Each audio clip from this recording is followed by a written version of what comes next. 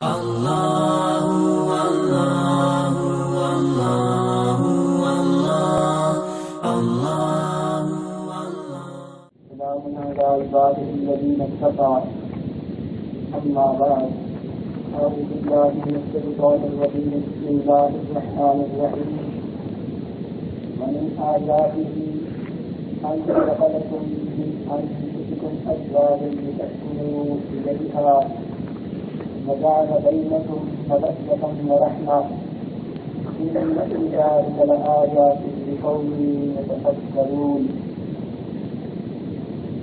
سبحان ربك رب العزة عما يصفون سلام على المرسلين والحمد لله رب العالمين اللهم صل على سيدنا محمد وعلى آل سيدنا محمد وبارك وسلم اللهم صل على سيدنا محمد وعلى آل سيدنا محمد وبارك وسلم اللهم صل على سيدنا محمد وعلى آل سيدنا محمد وبارك وسلم تعریف عالم سمجھ تاریخ آئے کہ یہ بات واضح ہوتی ہے کہ انسانی معاشرے میں عورت کے بارے میں اسلام سے پہلے بہت افراط اور تفریح کا معاملہ رہا. بعض جگہوں پر تو عورت کو پورا انسان بھی تسلیم نہ کیا گیا. چنانچہ فرانس کے لوگوں نے یہ عقیدہ تھا کہ عورت آدھا انسان ہے. چین کے لوگوں نے یہ عقیدہ تھا عورت کے اندر شیطانیت بھری ہوتی ہے. معاشرے کی ہر برائی کی جڑ اور بنیاد یہی ہوتی ہے. جاپان کے اندر یہ عقیدہ تھا کہ عورت ناپاک ہوتی ہے، اس لیے اس کو عبادت خانے کے اندر داخل ہونے کی اجازت نہیں ہوتی تھی. ہندوستان کے اندر اگر جوان خامن مر جاتا تو اس کی بیوی کو بھی اپنے خامن کے ساتھ آگ میں ڈلنا پڑتا. اسے سچی ہونا کہتے ہیں. مرا تو خامن لیکن عورت کو اس ارادے کے ساتھ آگ کے اندر ڈال دیتے اور اس بیچاری کو بھی موت کے منہ میں پہنچا دیتے. عرب کے اندر بیٹی کا پیدا ہونا بےعزتی سمجھا جاتا تھا. چنانچہ وہ لوگ بیٹی کو پیدا ہوتے ہی زندہ دفن کر دیا کرتے تھے. اسلام نے آ کر عورت کے بارے میں ایسا خوبصورت عقیدہ بتایا، تصور پیش کیا کہ لوگ حیران رہ گئے. فرمایا دیکھو یہ بیٹی ہے تو تمہاری عزت ہے، بہن ہے تو تمہارا ناموس ہے، بیوی ہے تو تمہاری زندگی کی ساتھی ہے، اور اگر ماں ہے تو اس کے قدموں میں تمہاری یہ جنت ہے. دین اسلام نے ازدواجی زندگی کے ساتھ اللہ نے عزت کا قرب حاصل کرنے کی ترغیب دی. جبکہ نصارہ کے اندر تو یہ یقین تھا اگر کوئی آدمی اللہ رب العزت کی معرفت حاصل کرنا چاہتا ہے تو اسے میاں بیوی کے تعلقات سے بالکل پرہیز کرنا چاہیے. چنانچہ نرم بن کر رہتی تھی عورتیں. یہ گویا اس بات کی علامت تھی کہ عورت اور مرد کا ملاپ کوئی پسندیدہ چیز نہیں. ساری عمر عورتیں کنواری رہتی اور یہ کہا جاتا یہ مریم صفت بن کے رہی ہیں. مرد راہب بن کر رہتے. اسلام نے آ کر کہا لا رہبانیت فی الاسلام. اسلام کے اندر رہبانیت نہیں ہے کہ انسان ماحول معاشرے سے کٹ کر ایک کمرے میں بند ہو جائے اور مسلح کی باتیں کرے اور سچی کی گانے دیکھتا رہے اور سمجھے کہ مجھے کس طرح اللہ کا قرب ملے گا. دین اسلام نے کہا کہ اللہ کا قرب یا اللہ عزت کی طرف جو راستہ جاتا ہے وہ ان جنگلوں اور غاروں سے ہو کر نہیں جاتا بلکہ ان گلی کوچوں بازاروں سے ہو کر جاتا ہے. انسان اگر معاشرے میں رہے اور اس پر جو بھی حقوق آتے ہیں دوسروں کے ان کو ادا کرے تو ایسے شخص کو اللہ رب العزت کی قرب جلدی نصیب ہوگا. چنانچہ قرآن پاک نے فرمایا رحبانیت علی بتایا ماں کتبناہا کہ یہ رحبانیت کی تفصیلات انہوں نے جاری کری تھی. اللہ رب العزت نے تو ان کو حکم نہیں دیا تھا بلکہ اللہ تعالیٰ فرماتے ہیں بلغت ارسلنا رسلا من قبلک کہ محبوب ہم نے آپ سے پہلے ہی رسول بھیجے وجعلنا لهم ازواجا وذریا اور ہم نے ان کے لیے بھی بیویاں اور اولادیں بنائی. جب اللہ کے پیغمبروں نے بھی بیویوں اور اولادوں کے ساتھ زندگی گزاری ایک بندہ کیسے کہہ سکتا ہے کہ ازدواجی زندگی اللہ سے معرفت حاصل کرنے میں رکاوٹ ہوتی ہے؟ چنانچہ قرآن مجید نے حکم دیا، فرمایا فانکحوا ما طاب لکم من النساء، کہ تم نکاح کرو عورتوں میں سے جو تمہیں پسند ہو. اور نبی علیہ السلام نے فرمایا النکاح من سنتی، نکاح میری سنت ہے. اور دوسری حدیث میں فرمایا فمن رضی عن سنتی فلیس منی، جو میری سنت سے اعراض کرے گا وہ آدمی مجھ سے ہی نہیں ہوگا، یعنی امت سے ہی وہ بندہ خارج کر دیا جائے گا. یہاں پر ایک مطلب سن لیجیے. عام طور پر لوگ کہتے ہیں کہ نکاح کرنا سنت ہے. دیکھیے، جس بندے کو یہ یقین ہو کہ میں اگر نکاح نہیں کروں گا زنا کے مرتکب ہو جاؤں گا، اس بندے کے لیے نکاح کا کرنا فرض ہے. سنت اس بندے کے لیے ہے کہ جو بندہ یہ سمجھے کہ اگر میں نے نکاح نہ بھی کیا کسی نے کبیرہ گناہ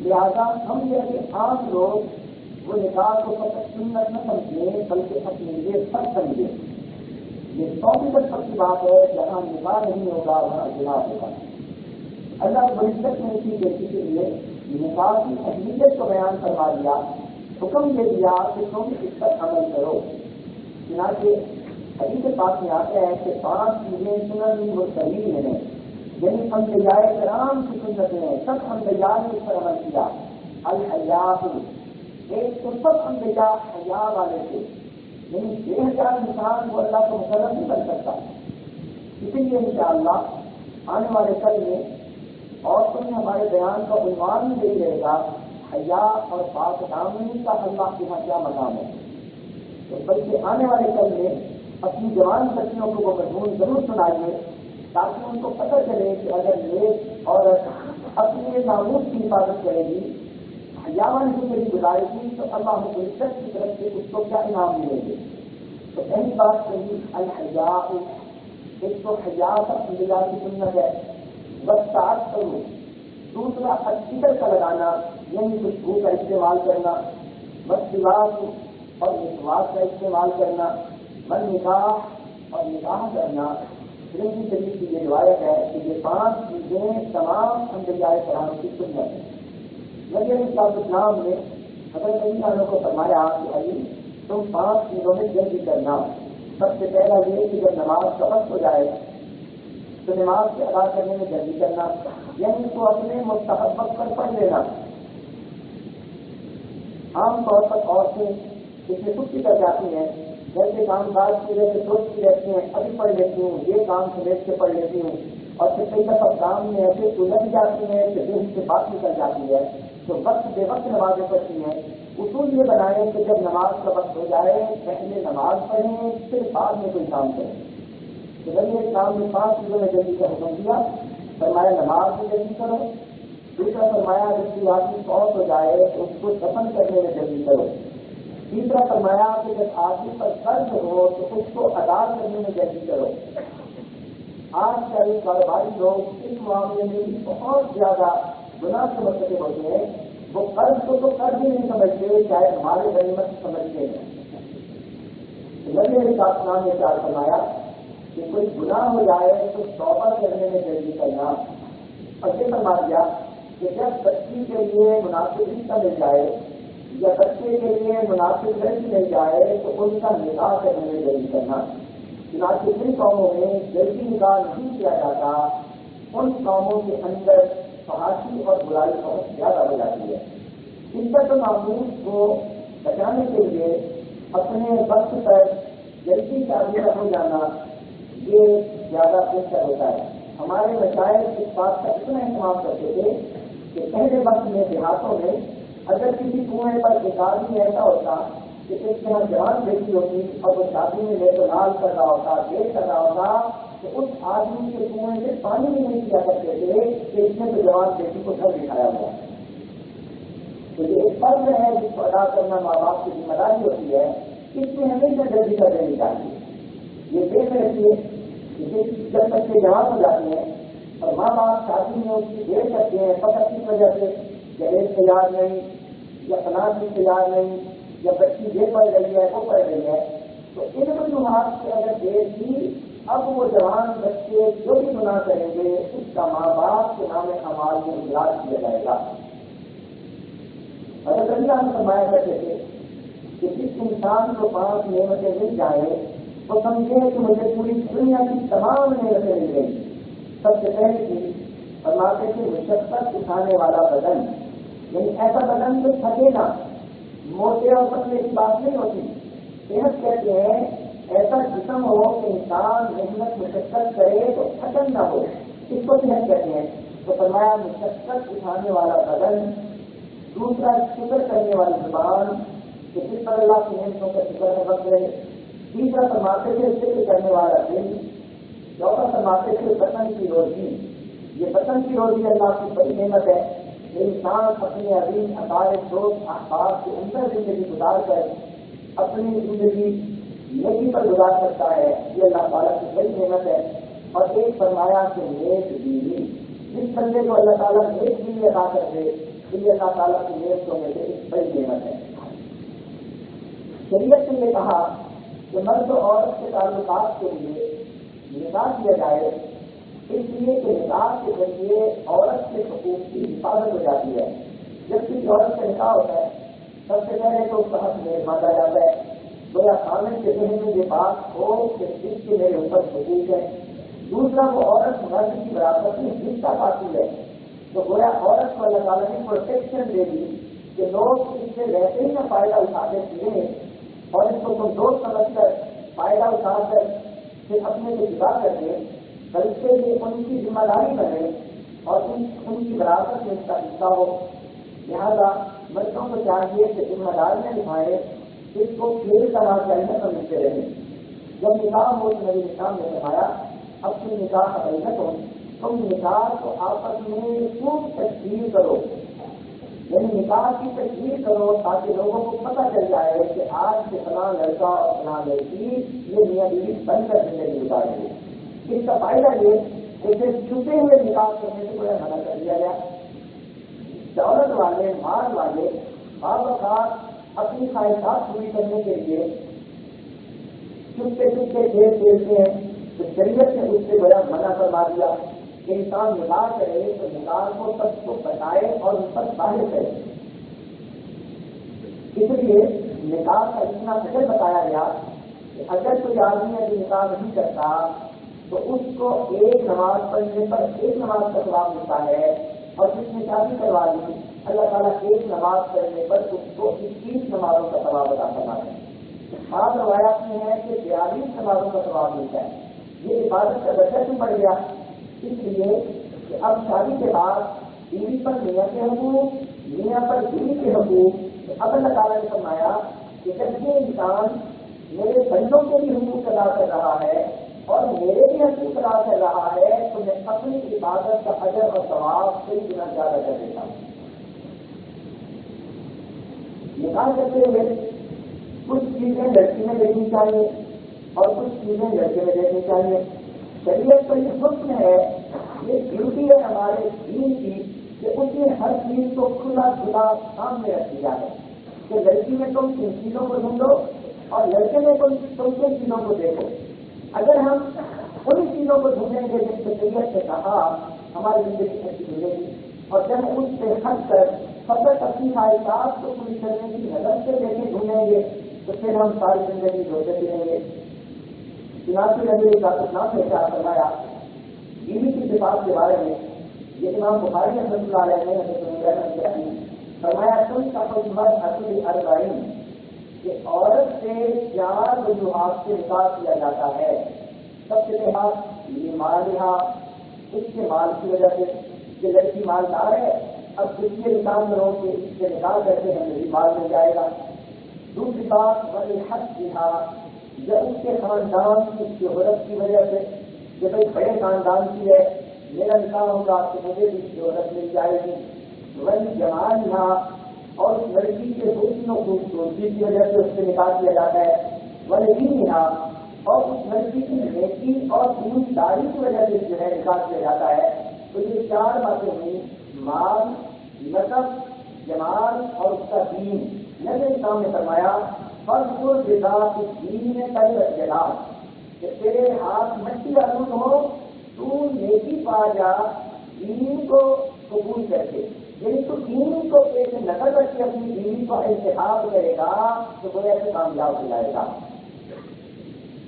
ناصر الاسلام کے ساتھ فرمایا، مسلم شریف کی روایت ہے، اب دنیا متاع، دنیا متاع ہے، وخیر متاعها المرأة الصالحة، اور دنیا کی بہترین نعمت وہ نیک بیوی ہے۔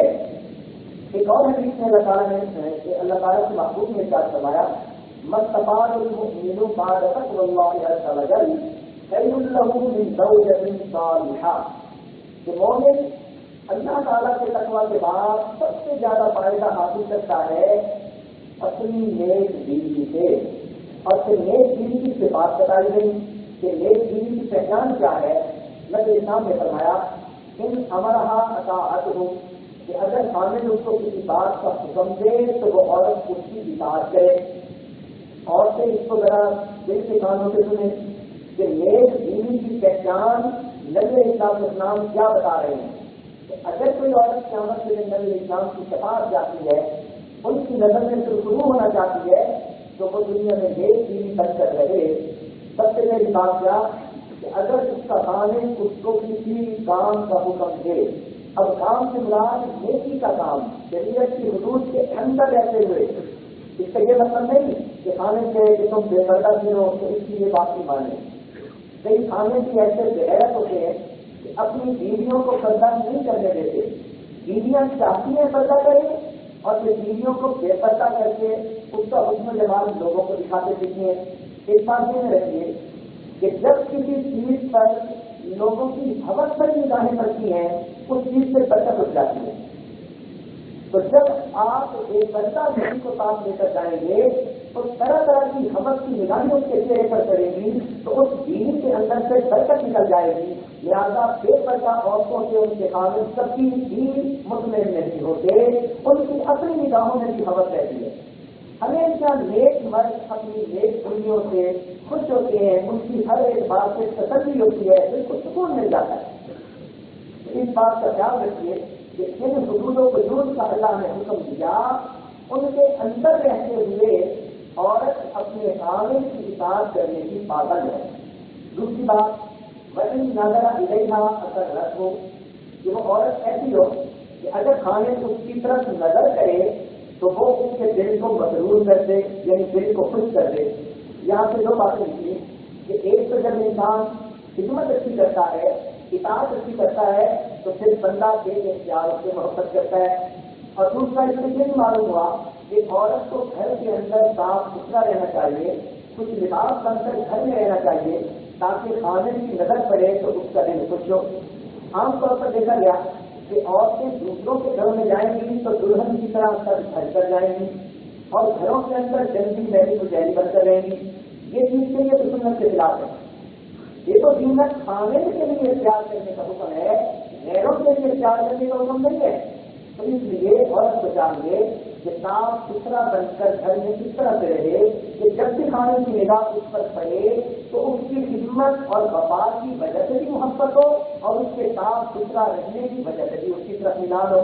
لہٰذا فرمایا کہ ایک خوبی یہ وَإِن نَظَرَ إِلَيْهَا أَسَرَّتْهُ، یہاں پر عام طور پر دیندار لڑکیوں کے اندر ایک کوتاہی ہوتی ہے کہ وہ سمجھتی ہیں ہم تو دیندار ہیں، لہٰذا وہ اپنے کپڑوں کا بالکل ہی لحاظ نہیں رکھتی ہیں۔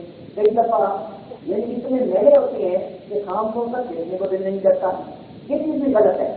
صاف رہنا اور چیز ہے، یہ چیز اللہ تعالیٰ کو محبوب ہے۔ ان اللہ یحب التوابین ویحب المتطہرین، اللہ تعالیٰ توبہ کرنے والوں سے بھی محبت کرتے ہیں، پاک صاف رہنے والوں سے بھی محبت کرتے ہیں۔ تو جب آپ اپنے ظاہر کو پاک کریں گی اللہ تعالیٰ آپ کے باطن کو صاف پاک کروا دیں گے۔ تو عورت کو چاہیے کہ اپنے آپ کو ہمیشہ پاک صاف رکھے، صاف ستھرا رکھے۔ لیکن لباس کی تین قسمیں ہوتی ہیں، ایک ہوتا ہے آرائش، ایک ہوتا ہے بے پائش کا لباس کہ عورت اگر پہنے تو اس کی خوبصورتی میں اضافہ ہو، یہ لباس کی شریعت نے جائز قرار دیا۔ ایک ہوتا ہے آسائش کا لباس کہ عورت اگر پہنے تو اس کو پہن کر کپڑوں کی وجہ سے سکون ملے، ایسا لباس نہ ہو کہ ٹائٹی ملے، اٹھنا بیٹھنا مشکل مصیبت میں پڑ جائیں تو آسائش کے لباس کی بھی شریعت نے اجازت دی.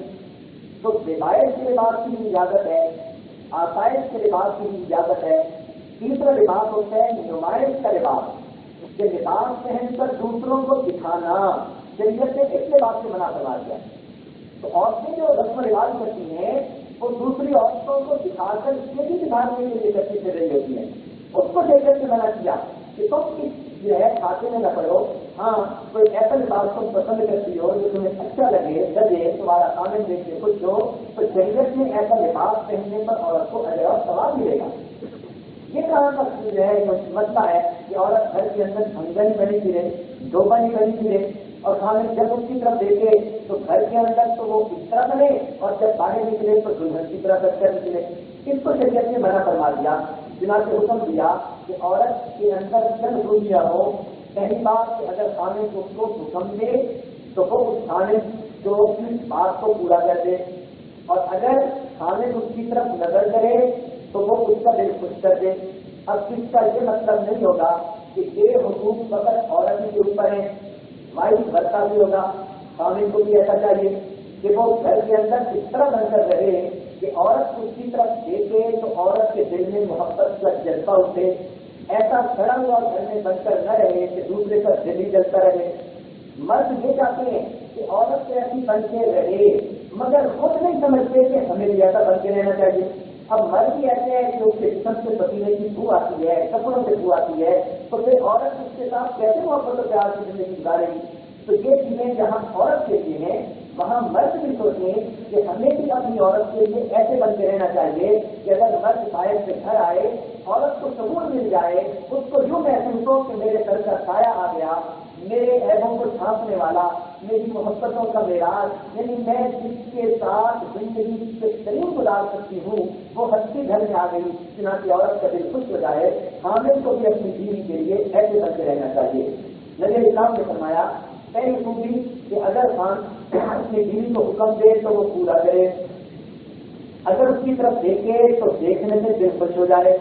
وہی اب سما علیہ اگر رکھ ہوں, اور اگر وہ قسم کھا کر کوئی بات کرے کہ تم یہ کام ضرور کرو تو وہ خامن کی قسم کو پورا کر دے. وہی غاب عنہا, اور اگر وہ اپنی بیوی سے دور جائے, یعنی پردیش جائے, سفر میں جائے, دکان پہ جائے, کاروبار کے لیے جائے, نہ صحت ہوتی نفسہا و مالہی, تو عورت اس مرد کے مال میں اور اپنے عزت و ناموس میں اس کی حفاظت کرے. تو گویا عورت پر یہ ذمہ داری یہ نہیں ہے کہ جس کا گھر وہ نہیں ہے گھر, اب جو چاہے کر. شریعت نے اسے منع فرما دیا. شریعت نے کہا کہ ایک چیز وہ ہوگی کہ اگر خامن اس کا گھر پر نہیں تو وہ اپنی عزت کے معاملے میں اور اپنے مال کے معاملے میں ہمیشہ خامن کا لحاظ رکھے. اور یہ باتیں ذہن میں رکھیے کہ مال کی اونچ نیچ بھی برداشت ہو جاتی ہے, لیکن عزت و ناموس میں خامن کبھی اونچ نیچ برداشت نہیں کر سکتا. اکثر عورتوں کے جو گھر خراب ہوتے ہیں وہ ایسی بے احتیاطیوں کی وجہ سے ہوتے ہیں. اس لیے عورت سے چاہیے اپنی پاک دامنی کا خیال رکھے. اس کی وجہ سے اس کی آخرت بھی اچھی گزرے گی اور دنیا میں بھی اس کی اللہ رب العزت کی عزت رکھیں گے. چنانچہ عبرانی شریف کی روایت ہے, نبی علیہ السلام نے ارشاد فرمایا, حضرت انس اللہ عنہ سے راوی ہے, فرماتے ہیں من تزوج امرأة لرزقها لم یجدہ اللہ الا ذلہ, جس نے اس لیے کسی لڑکی سے شادی کی کہ وہ لڑکی کی شہرت بڑی ہے, عزت بڑی ہے, تو اللہ تعالیٰ نہیں بناتے مگر اس بندے کی ذلت کو.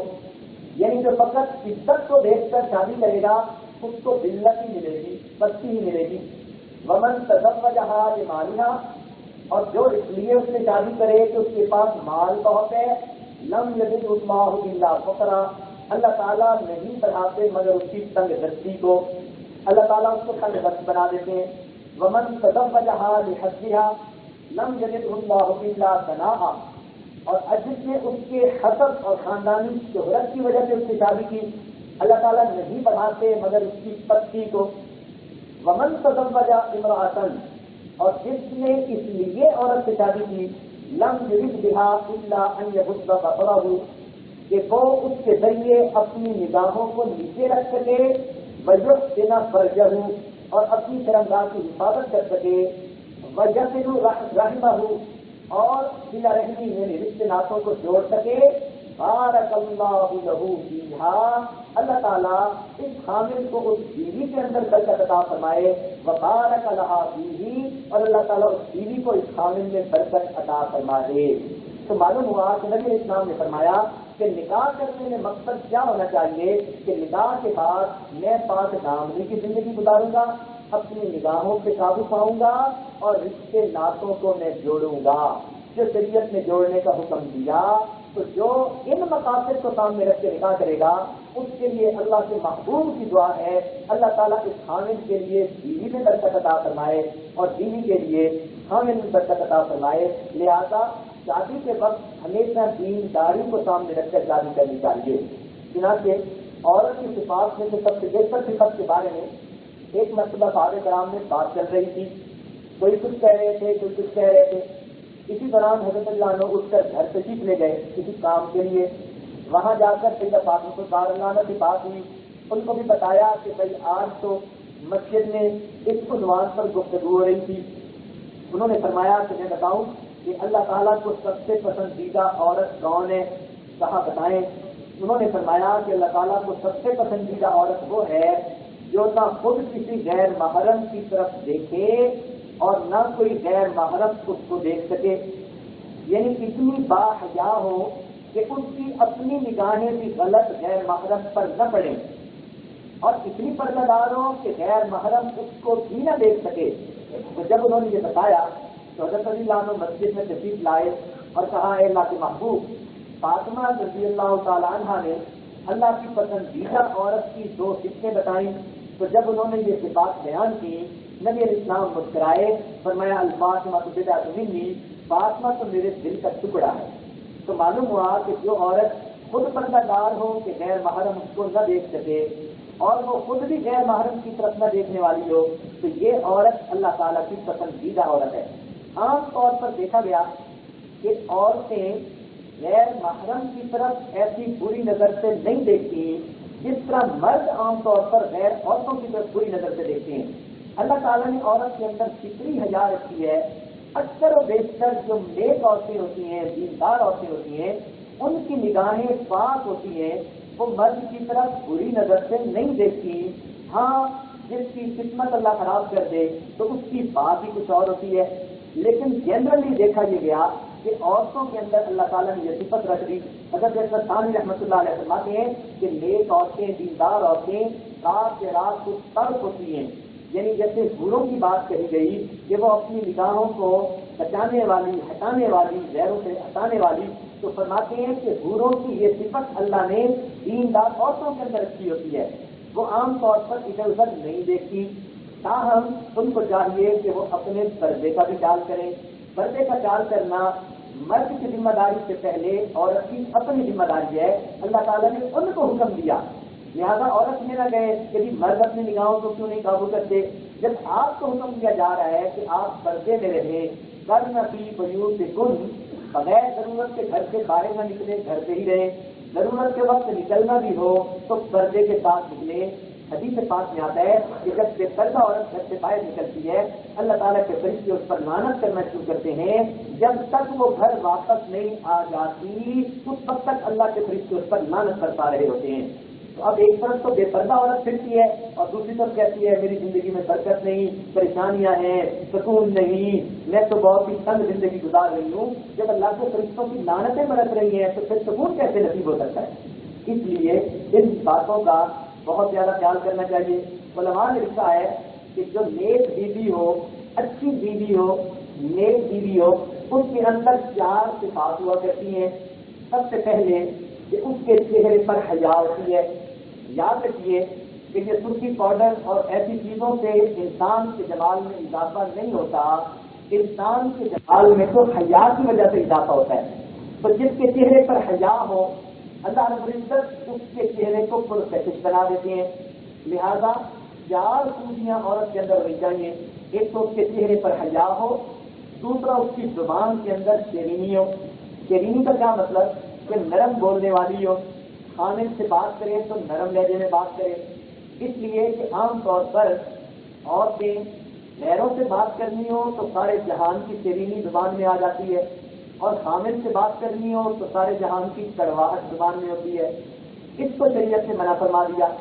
تو حامل سے بات کرے تو شیرینی ہو زبان کے اندر، تو فرمایا کہ چہرے کے اوپر حیا ہو، زبان میں شیرینی ہو، اس کے دل کے اندر نیکی ہو، دل میں بدی اور برائی نہ ہو، اور اس کے ہاتھ ہر وقت کام میں لگے رہے. تو جس عورت یعنی جو عورت گھر کے کام کاج میں، بچوں کی خدمت میں، خامن کی خدمت میں، ان چیزوں میں لگی رہے، تو یہ 4 خوبیاں نیک اور دیندار عورت کے اندر ہوتی ہیں. اب چند صفات خامن کی بھی سن لیجیے، اس کے بعد پھر میاں بیوی کے حقوق کی باتیں چلیں گی. سب سے پہلی بات کہ نبی علیہ السلام نے اپنی بیٹیوں کے لیے 2 شخصیتوں کو پسند کیا، ایک حضرت علی رضی اللہ تعالیٰ عنہ کو اور ایک عثمان غنی رضی اللہ تعالیٰ عنہ کو. اب ان دونوں حضرات کے اندر آپ کو جو صفات نظر آئیں گی، یوں سمجھ لیجیے کہ داماد کے اندر ان صفات کو دیکھنا چاہیے. سب سے پہلے حضرت اللہ عنہ سے قرابت داری تھی، لہذا اگر اپنی بیٹی کے لیے قریبی رشتے داروں میں کوئی بچہ مل جائے تو اس کی فوقیت ہے. اپنے پھر بھی اپنے ہوتے ہیں، زندگی گزری ہوئی ہوتی ہے، کئی طرح کی رشتے داریاں ہوتی ہیں، تو میاں بیوی کو احساس رہتا ہے کہ میں فلاں کا بیٹا ہوں، وہ فلاں کی بیٹی ہے. تو کئی مرتبہ یہ کئی طرح کے تعلقات بھی جڑے رہنے کا سبب بن جاتے ہیں.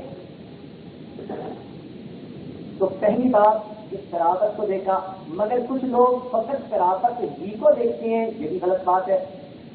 دین کو دیکھنا چاہیے، اور دیندار ہونے کے بعد چند مزید صفات ہیں ان کو بھی دیکھنا چاہیے.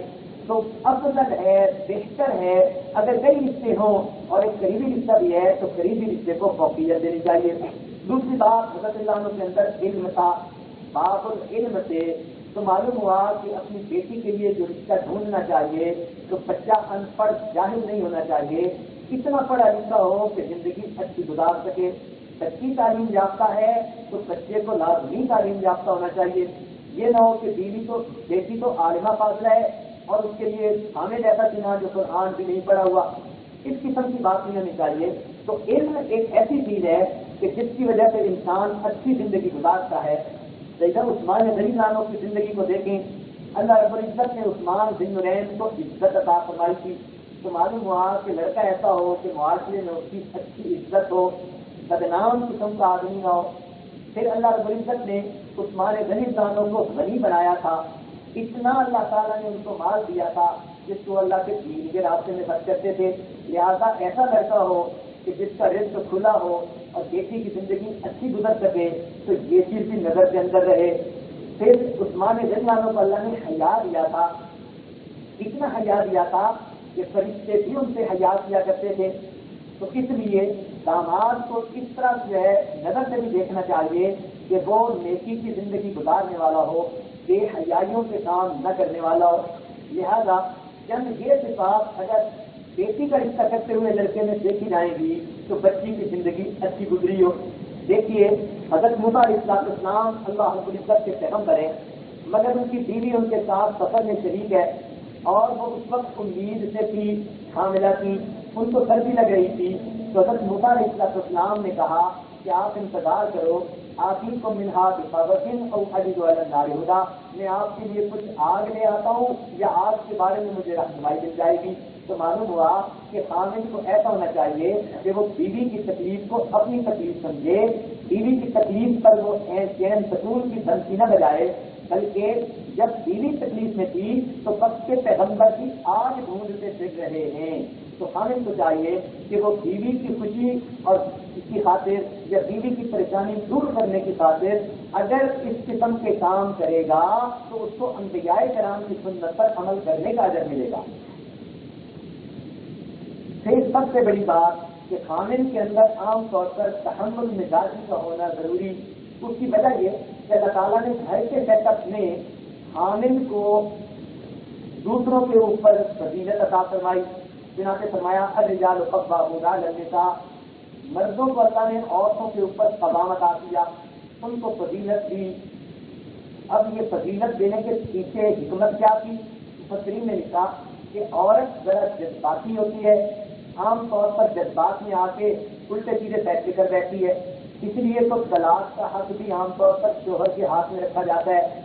اگر بیوی کے ہاتھ میں ہوتا تو ناشتے میں علیحدہ طلاق ملتی, دوپہر کے کھانے میں دوسری ملتی اور شام کے کھانے میں تیسری مل جاتی. اس لیے شریعت نے مرد کے ذمہ دیا کہ ذرا سوچ سمجھ کر قدم اٹھائے گا, اپنے بچوں کے بارے میں سوچے گا, اپنے مستقبل کے بارے میں سوچے گا. تو خامن سے توقع اس بات کی جاتی ہے کہ اس کے اندر تحمل مزاجی ہو. تحمل مزاجی کہتے ہیں کہ اگر کوئی پرابلم آ جائے تو پھر اسی وقت انسٹنٹینیس ایکشن نہ لے, بلکہ تھوڑا سوچے, سوچ کر سمجھ کر پھر قدم اٹھائے. اس کو تحمل مزاجی کہتے ہیں. تو اس لیے عورت کی طبیعت کے اندر اگر ذرا جلد بازی ہے کہ وہ جلدی جذبات میں غصے میں آ جاتی ہے, تو مرد کو چاہیے کہ وہ تحمل مزاجی کا ثبوت دے. اس کا نتیجہ کیا ہوگا کہ گھر میں خوشی کی زندگی نصیب ہوگی اور میاں بیوی دونوں کامیاب زندگی گزاریں گے. تو شریعت نے دونوں کے حقوق ایک دوسرے پر کر دیے. بیوی کے حقوق میاں پر اور میاں کے حقوق بیوی پر. عام طور پر یہ دیکھا گیا کہ جس محفل میں میاں بیوی کے حقوق دیے جائیں وہاں بیوی اپنے حقوق سنتی ہے کہ خامن کو میرے کون سے حقوق پورے کرنے چاہیے, اور مرد اپنے حقوق سنتا ہے کہ بیوی کو میرے کون سے حقوق پورے کرنے چاہیے. اور گھر جا کے دونوں بحث کر رہے ہوتے ہیں, تم نے میرا یہ نہیں پورا کیا اور تم نے میرا یہ نہیں پورا کیا. یہ چیز انتہائی غلط ہے. بلکہ خامن کو چاہیے کہ وہ اپنے حقوق سنے نہ سنے, بیوی کے حقوق سنیں تاکہ ان کو اچھے انداز سے پورا کر سکے, اور بیوی کو چاہیے وہ خامن کے حقوق سنیں تاکہ اس کو اچھے انداز سے پورا کر سکے. ایک بات قرآن پاک میں سے ہے, قرآن عظیم الشان, سنیے اور دل کے کانوں سے سنیے. اللہ تعالیٰ ارشاد فرماتے ہیں وَوَيْلٌ لِّلْمُطَفِّفِينَ, لیل ہے ناپ تول میں کمی بیشی کرنے والوں کے لیے. الَّذِينَ إِذَا اكْتَالُوا عَلَى النَّاسِ يَسْتَوْفُونَ, کہ جب وہ لوگوں سے تول کر لیں تو پورا پورا دینے کی کوشش کریں. وَإِذَا كَالُوهُمْ أَوْ وَزَنُوهُمْ يُخْسِرُونَ, اور جب لوگوں کو دینے کا وقت آئے تو پھر ان کے اس میں کمی کریں. لوگ سمجھتے ہیں کہ شاید یہ متفق آدمی دکان پر بیٹھ کر ہوتا ہے ناپ تول میں کمی کرنے والا. نہیں, میزان اللہ رب العزت نے فقط دکان پر ہی نہیں رکھا بلکہ انسانوں کے حقوق میں بھی رکھا. تو میاں بیوی کے حقوق میں بھی میزان ہے. آپ عام طور پر اس بات کو تجربہ کر چکی ہوں گی کہ بیوی یہ تو چاہتی ہے کہ خامن میری ہر خواہش پوری کرے, اور جب خامن کے حقوق پورے کرنے کا وقت آتا ہے تو چاہتی ہے دل آئے گا تو پورے کروں گی, نہیں تو نہیں کروں گی. اسی طرح خامن کا دل چاہتا ہے کہ بیوی میری خاطر جیتی رہے اور ایسی بن کر رہے کہ جیسی میں چاہتا ہوں. یہ نہیں سوچتا کہ مجھے بھی ایسے بن کے رہنا چاہیے جیسے بیوی چاہتی ہے. تو میاں بیوی جب دوسرے سے حق لینے کا وقت ہوتا ہے تو بیوی سے توقع کرتے ہیں کہ یہ بادشاہ من بن کے رہے, یہ تو باپردہ رہے اور اس کے طرف تو کوئی ایک آنکھ دیکھ بھی نہ سکے. لیکن اپنا حال کیا ہوتا ہے کہ غیر محرم عورتوں کو دیکھتے پھرتے ہیں. تو یہ ناپ تول میں کمی بیشی کرنے والا جو بیوی سے پاس نامنے کی توقع کرتا ہے اور خود غیر عورتوں سے مراتب بڑھاتا پھرتا ہے, یہ انسان اس ناپ تول میں کمی بیشی کرنے والا ہے. جو عورت خامن سے تو ہر بات کی توقع کرتی ہے, وہ میری ہر خواہش پوری کرے, اپنا مال خرچ کرے, مجھے ہر طرح کے عیش و آرام پہنچائے, مگر خامن کی فرما برداری نہیں کرتی, پردے داری کا خیال نہیں کرتی, یہ عورت کی ناپ تول میں کمی بیشی کرنے والی. اور ان دونوں کے لیے عذاب اللہ نے کیا بتایا؟ لیل بتایا. لیل کہتے ہیں بربادی کو, اور لیل جہنم کا ایک خاص حصہ ہے جن میں اللہ رب العزت انسانوں کو عذاب دینے کے لیے آگ کے ستونوں کے ساتھ کندھے کو باندھ دیں گے, اور پھر آگ کے انگارے ہوں گے جو اٹھیں گے اور اس بندے کے دل کے اوپر برسیں گے. نار اللہ الموقدہ التي تطلع على الافئدہ, تو وہ آگ ایسے جیسے کھلنے جاتی ہے یا میزائل نشانے پر جا کر لگتا ہے, اس طرح وہ آگ کے انگارے اس بندے کے دل پر جا کر لگیں گے. اللہ تعالیٰ یہ کیوں عذاب دیں گے؟ کس نے دنیا میں دوسروں کے دل کو جلایا, اب جہنم میں کس کے دل کو جلایا جائے گا؟ تو غیر کا تذکرہ اللہ تعالیٰ نے دو جگہ دیا. ایک جگہ عیب جو بندے کے لیے اور عیب دو بندے کے لیے کہ اس طرح بھی دوسرے کا دل جلتا ہے, اور دوسرا کیا ناپ تول میں کمی بیشی کرنے والوں کے لیے کہ اس میں بھی دوسرے بندے کا دل جل رہا ہوتا ہے. کہ ہم نے ایک ایسے بندے کو بھی دیکھا امریکہ میں کہ جو بیوی کو بیچ کے لے جاتا تھا مگر اس کو ہاتھوں کے اوپر دستانے بھی چڑھواتا اور پاؤں کے اوپر اس کو جرابے بھی پہناتا اور باقاعدہ اس کو نقاب والا برقع پہناتا اور خود اس کے ساتھ انڈر ویئر پہن کے وہاں بیچ کے اوپر وقت گزارتا. اب یہ کتنا بیوقوف انسان ہے جو بیوی سے تو توقع کرتے ہیں کہ ایسے بن کے رہے اور اپنا ہاتھ یہ کہ شرٹ پہن کے اور نیچے جو ہے وہ شارٹ پہن کے وہ بیچ کے اوپر پھر رہا ہے اور غیر محرم عورتوں کو دیکھ کر پھر رہا ہے. تو یہ بھی ناانصافی ہے اور ناپ تول میں کمی بیشی کرنے والی بات ہے. لہذا مرد اور عورت کے درمیان میزان ہے. اللہ تعالیٰ دیکھیں گے کہ کس نے حقوق کے ادا کرنے میں شریعت کی رعایت کی. تو جب یہ حقوق بتائے جائیں گے تو خامد کو چاہیے کہ وہ سنے کہ مجھے بیوی کے کون سے حقوق ادا کرنے ہیں, بیوی کو چاہیے کہ سنے مجھے خامد کے کون سے حقوق ادا کرنے ہیں. مقصود یہ ہے کہ اس کے ذریعے ہمیں اللہ رب العزت کا قرب ملے, اس کی رضا نصیب ہو سکے. اللہ تعالیٰ ارشاد فرماتے ہیں وَمِنْ آیَاتِهِ, اور اللہ تعالیٰ کی نشانیوں میں سے ہے ان خلق لکم من انفسکم ازواجا, کہ اس نے تم میں سے تمہارے لیے جوڑا بنا دیا, لتسکنوا الیہا, تاکہ تم اس سے سکون حاصل کر سکو. تو گویا اسلام میں یہ تعلیم دی جا رہی ہے کہ شادی کا بنیادی مقصد مرد بیوی کے ذریعے سے سکون پائے اور بیوی مرد کے ذریعے سے سکون پائے. اور اگر گھر ایسا ہو کہ میاں بیوی ایک دوسرے کی شکل دیکھنا گوارا نہ کریں بلکہ ایک دوسرے کے عیب ڈھونڈنے میں لگے رہتے ہوں تو یہ پرسکون زندگی کیسے ہوگی؟ تو پرسکون زندگی جو ہے شریعت کی نظر میں کامیاب زندگی ہے. تو ہر مرد اور عورت دیکھے کہ کیا گھر میں پرسکون زندگی ہے یا نہیں. تو حکم دیا گیا لتسکنوا الیہا, اور فرمایا وجعل بینکم مودۃ ورحمۃ, اور میاں بیوی کے درمیان اللہ نے مودت اور رحمت رکھ دی. یہ دو لفظ لگائے ہیں, ایک مودت کا اور ایک رحمت کا. اس میں بھی بڑی تفصیل ہے, وقت کی کمی کی وجہ سے یہ آگے اشارے کرتا چلا جائے گا. مودت کا لفظ جوانی کی عمر میں کہ ایک دوسرے کی میاں بیوی کو ضرورت بھی ہوتی ہے, لہذا کسی وقت جگہ بھی بیٹھتے ہیں تو دوسرے وقت میں پیار کر رہے ہوتے ہیں, تو اس وقت گویا ان کا مودت کا معاملہ ہوتا ہے. لیکن جب بوڑھے ہو جائیں تو اب جنسی تقاضے تو ہے نہیں, تو اب ان کے درمیان رحمت ہونی چاہیے کہ وہ زندگی کے کئی سال میاں بیوی کی حیثیت سے گزار چکے, وہ بچوں کے ماں باپ ہیں. اب ان کو ایک دوسرے کا لحاظ کرنا چاہیے.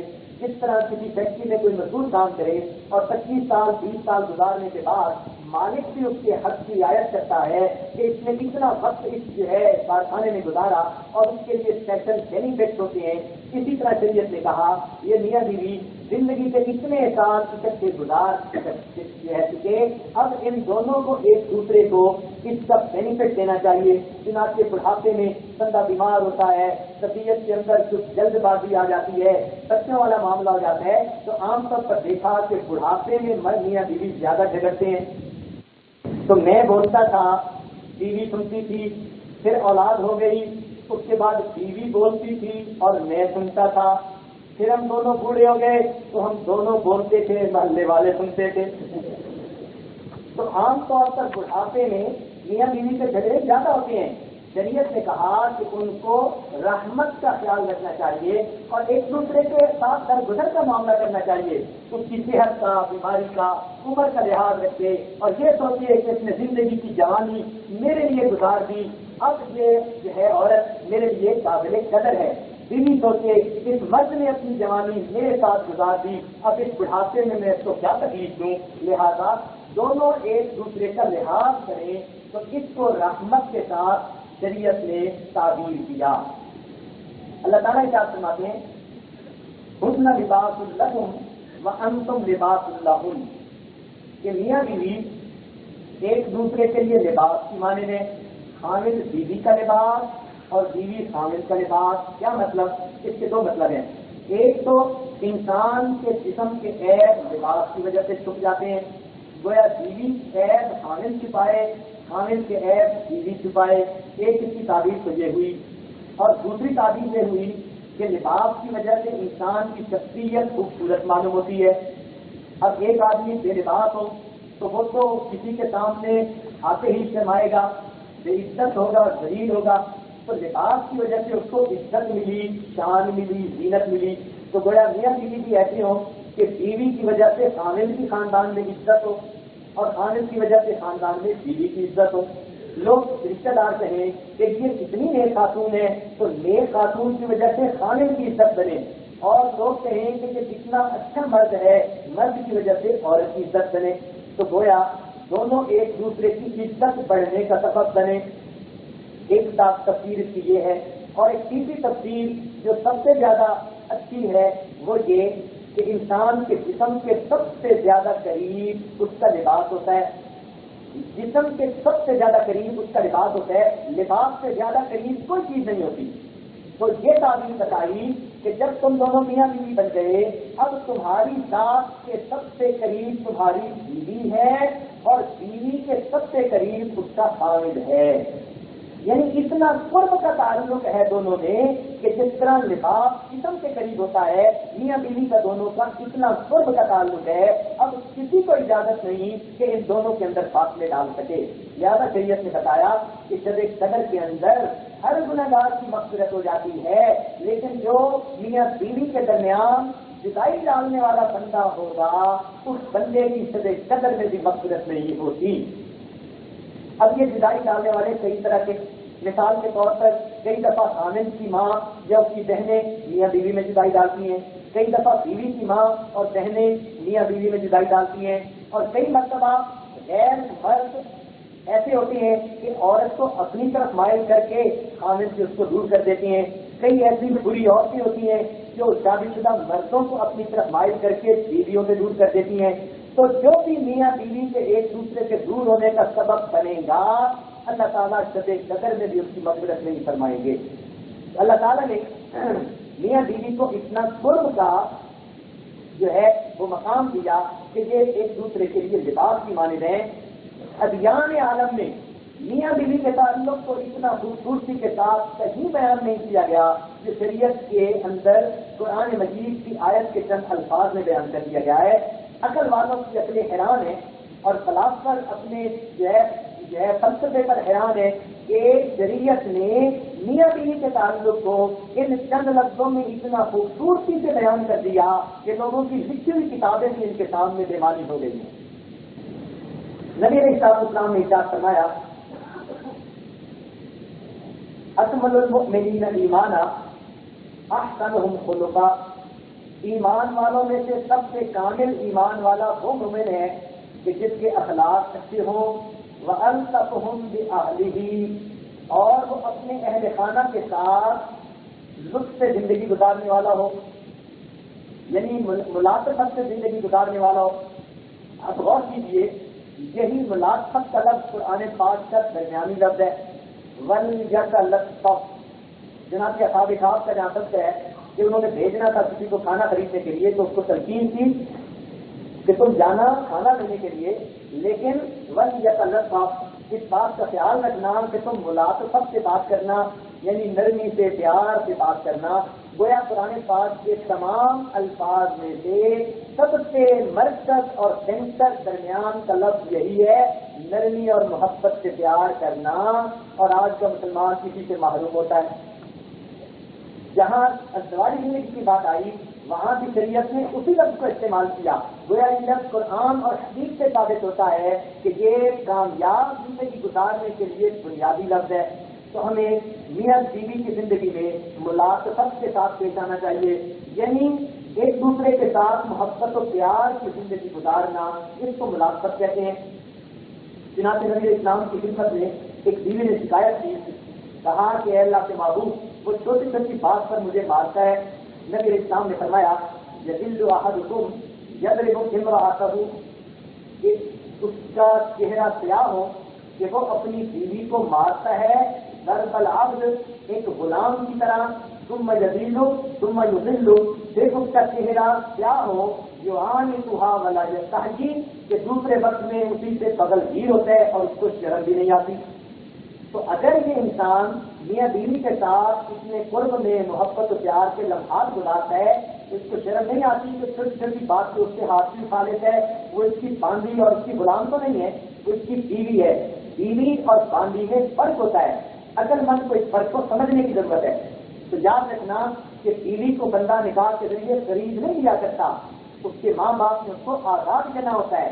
وہ نکاح کے ذریعے مرد کے عقد میں آتی ہے تاکہ اس کے ساتھ زندگی کی طریقہ حیات بن کے زندگی گزارے. وہ باندھی نہیں بن جاتی. شریعت نے میاں بیوی کو آقا اور باندھی کا جو ہے تعلق نہیں بتایا بلکہ دو اچھے دوستوں کا تعلق بتایا ہے کہ میاں بیوی دو محبت کرنے والے دوستوں کی طرح زندگی گزاریں. تاہم ان میں سے شریعت نے فضیلت مرد کو دے دی کہ کہیں بھی کوئی اختلاف رائے ہو تو خامد کی رائے کے اوپر عورت کو اپنی رائے وہی بنا لینی چاہیے تاکہ ڈسپیوٹ کا حل نکل آئے. تو مرد کو فضیلت دے دی کہ آخری بات جو مرد کر دے عورت کو چاہیے کہ اسی کو قبول کر دے. تاہم اچھے لوگ ہمیشہ بیویوں کے ساتھ مشورے سے گھر کے امور کو طے کیا کرتے ہیں. چنانچہ نبی علیہ السلام نے کتنی سخت بات کہی اس بندے کے لیے جو چھوٹی چھوٹی بات پر اپنی بیوی پر ہاتھ اٹھا لیتا ہے. اس لیے کہا گیا کہ جاہل مرد کا ہاتھ بے قابو ہوتا ہے اور بے وقوف عورت کی زبان بے قابو ہوتی ہے. بلکہ کہنے والوں نے کہا کہ عورت کی زبان ایسی تلوار ہے کہ جو کبھی جنگ آلود نہیں ہوتی. اور یہ بھی سن لیجیے کہ بد زبان بیوی شوہر کو قبر تک پہنچانے میں گھوڑے کی ڈاک کا کام کرتی ہے. جس کی بیوی بد زبان ہے یوں سمجھ لیجیے کہ اس بندے کی زندگی غموں میں گزرتی ہے. ہاں یہ مان لیا کہ بیوی کا تعلق خامد کے ساتھ ناز انداز کا ہوتا ہے تو کبھی کبھی اس کی باتوں میں ایسی بات آ جاتی ہے تو خامد کو برداشت بھی دل میں رکھنی چاہیے.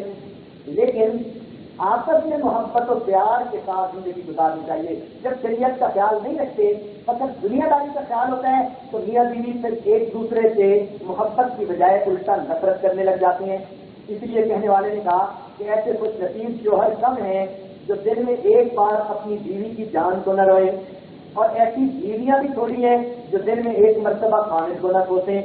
جب شریعت و سنت کا خیال ہی نہیں رکھنا تو پھر محبت و پیار کہاں سے ہوگا. اس لیے چاہیے کہ بیٹیوں کو سورہ نساء اور سورہ نور کی تفسیر پڑھائی جائے تاکہ ان کو گھروں کے حقوق کا پتہ چل جائے. مردوں کو بھی پڑھنی چاہیے تاکہ ان کو بھی حقوق کا پتہ چل جائے. شریعت نے عورت کو مرد کے حقوق بتائے. سنیے اور ذرا دل کے کانوں سے سنیے. پہلا حق تو یہ کہ الرجال قوامون علی النساء کہ اللہ رب العزت نے عورتوں پر مردوں کو قوام عطا فرمایا.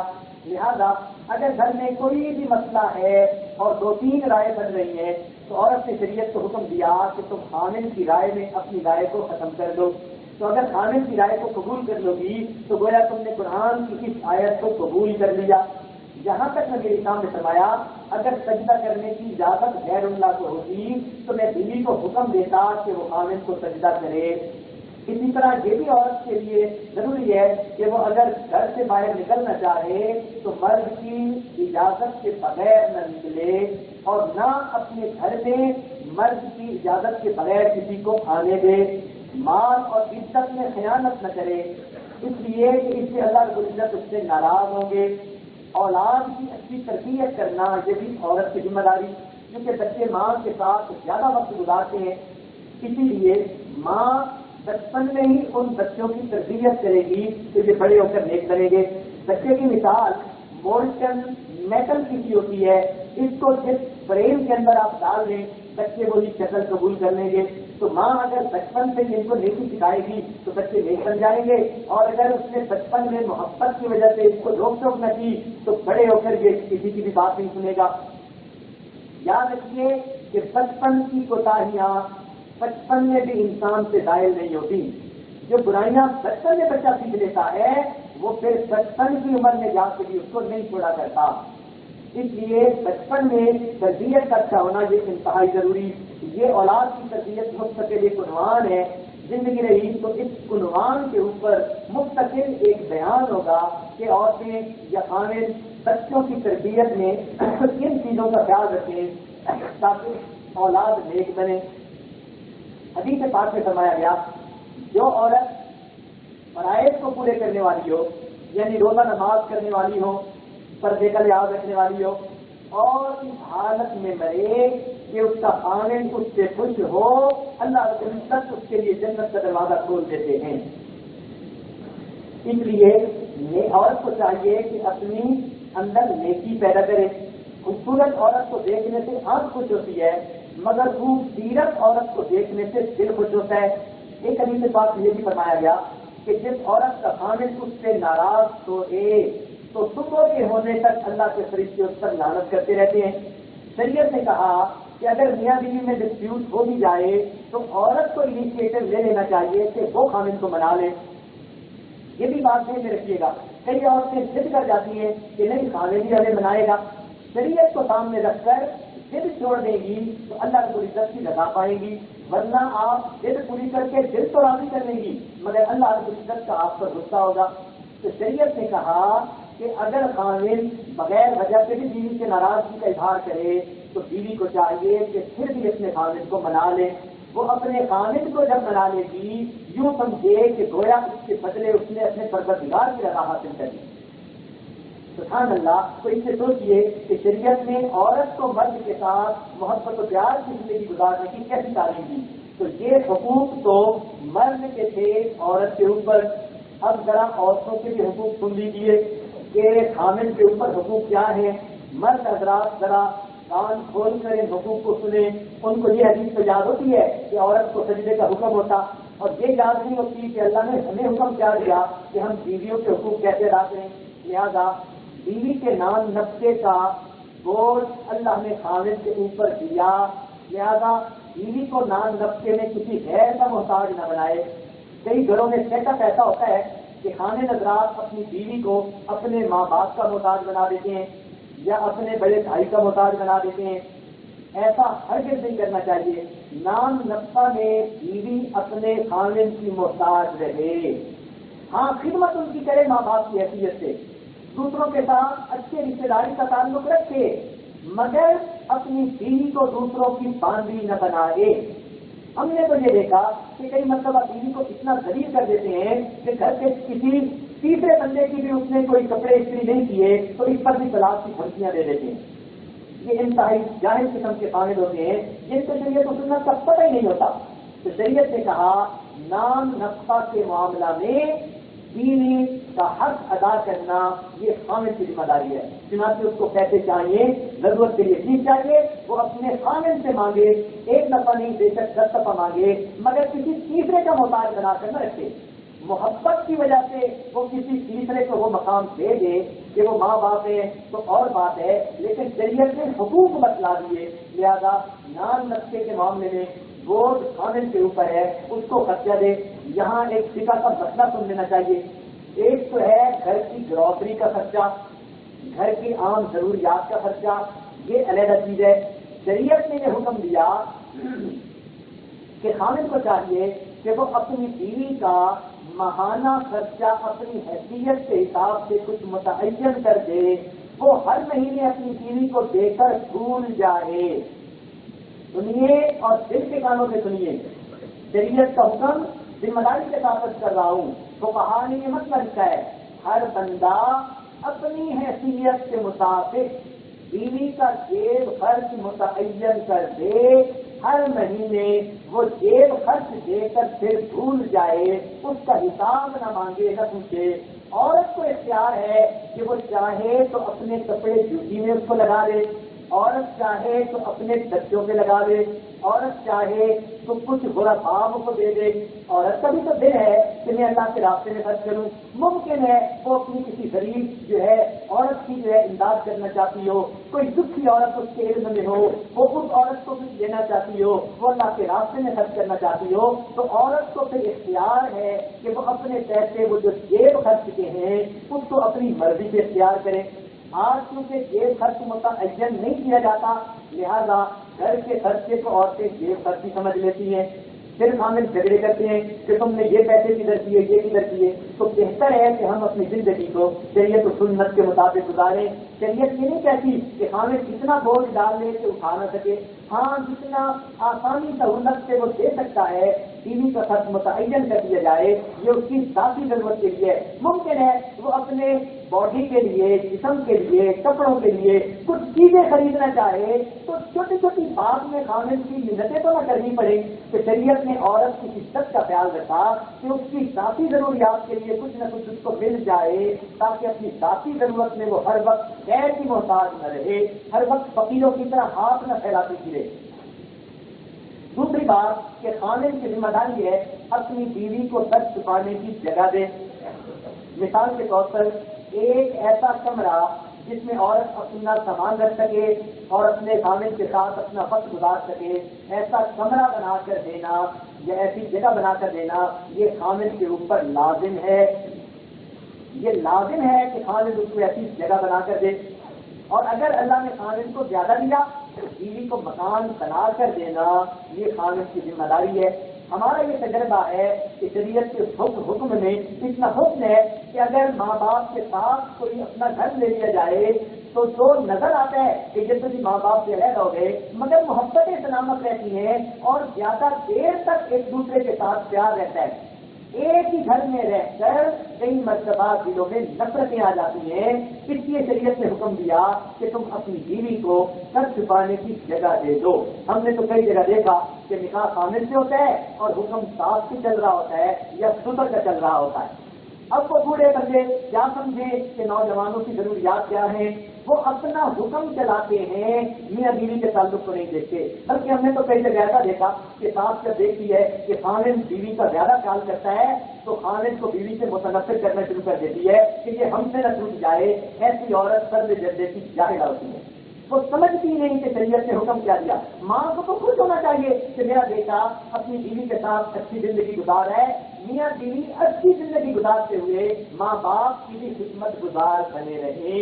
یہ نہیں مقصد کہ بیوی کو تو وہ جو ہے اپنے غصے میں ہر وقت رکھے اور بس ماں باپ کی بات مانتا رہے. ماں باپ کے حقوق اپنی جگہ ہیں، میاں بیوی کی زندگی اپنی جگہ ہے. اس میں توازن رکھنے کی ضرورت ہے. عام طور پر دیکھا جس لڑکی کو خود پسند کر کے اپنی بہو بناتی ہے جس لمحے وہ گھر آتی ہے اسی میں کیڑے نکالنے شروع کر دیتی ہے. کہتی ہیں جی بہو اچھی نہیں.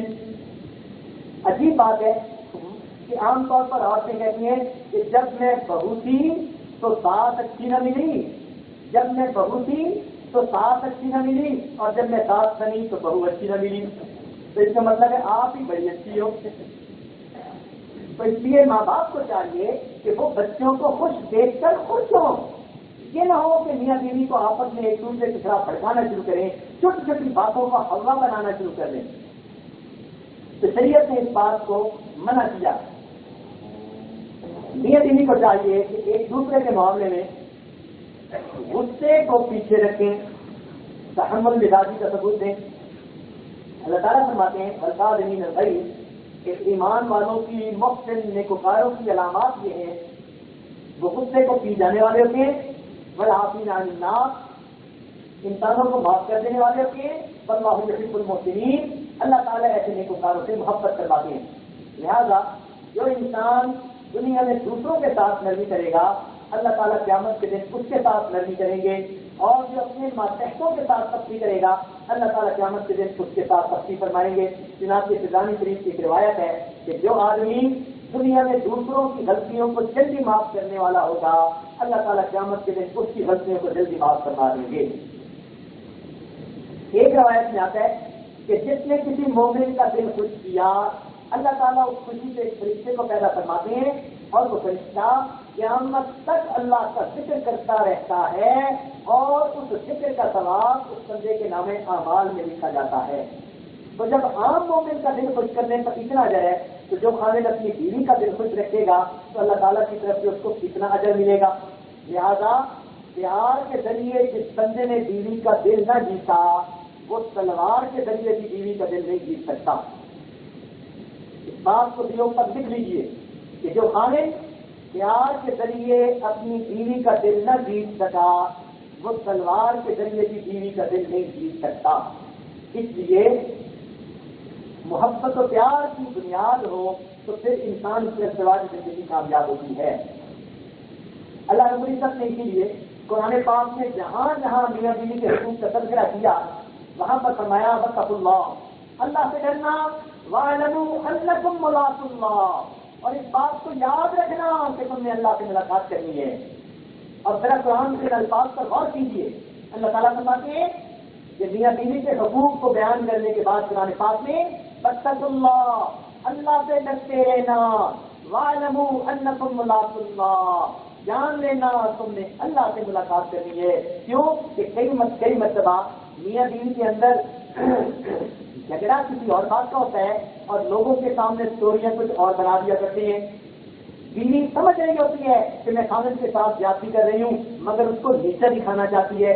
خامد سمجھ رہا ہوتا ہے کہ بیوی نیک ہے اچھی ہے مگر اس کو نیچا دکھانے کے لیے اس کو ضد کر رہا ہوتا ہے. تو جب دل میں نیتی ہو اللہ تعالیٰ فرماتے ہیں اللہ سے ڈرنا. اگر تمہارے دلوں میں بدنیتی ہوگی واتقوا اللہ واعلموا انکم ملاقو اللہ, تم نے اللہ سے ملاقات کرنی ہے جو تمہارے دلوں کے بھید جاننے والا ہے.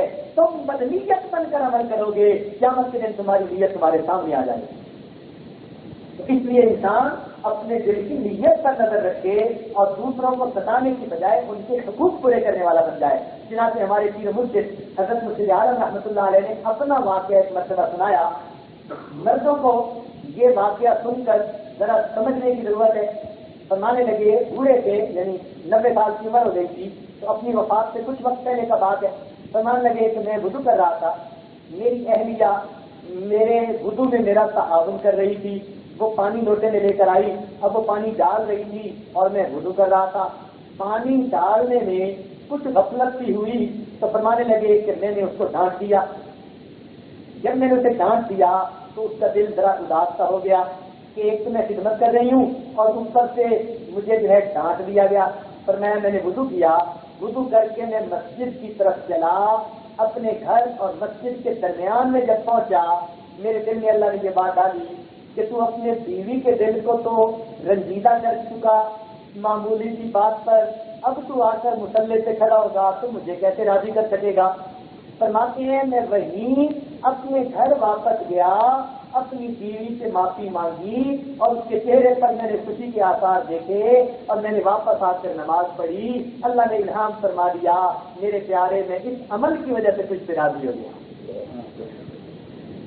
حضرت ثانی رحمۃ اللہ علیہ نے واقعہ لکھا ہے کہ ایک آدمی کی بیوی سے غلطی ہو گئی تو اس نے اس کو اللہ کی بندی سمجھ کے معاف کر دیا. جب یہ آدمی فوت ہوا خواب سے کسی کو نظر آیا, اس نے پوچھا کہ کیا بنا؟ کہنے لگا باقی عمل تو کسی کام سے نہ نکلے, بس ایک عمل اللہ کو پسند آیا. فرمایا کہ تم نے ایک موقع پر بیوی کو میری بندی سمجھ کے معاف کر دیا تھا, چل آج میں نے بھی تجھے اپنا بندہ سمجھ کے معاف کر دیا. تو اگر ہم بیوی کی غلطی کوتاہیوں سے درگزر کریں گے اللہ تعالیٰ اس کے بدلے ہماری کوتاہیوں سے درگزر فرمائیں گے. اس کا یہ مطلب نہیں ہے اب اصلاح کی در میں باتیں ہی نہ کرو, یہ مطلب ہی نہیں ہے کہ اب بیوی جو ہے وہ ڈش لگواتی ہے, کیبل لگواتی ہے اور بدماشیاں کرتی ہے, اب اس کو کچھ کہنے سے رک جاؤ. نہ, شریعت کی حدود کے اندر تو اس میں رہنا ہی ہے, حدود کے اندر رہتے ہوئے اس کو ستانا نہیں, محبت و پیار کی زندگی گزارنی ہے.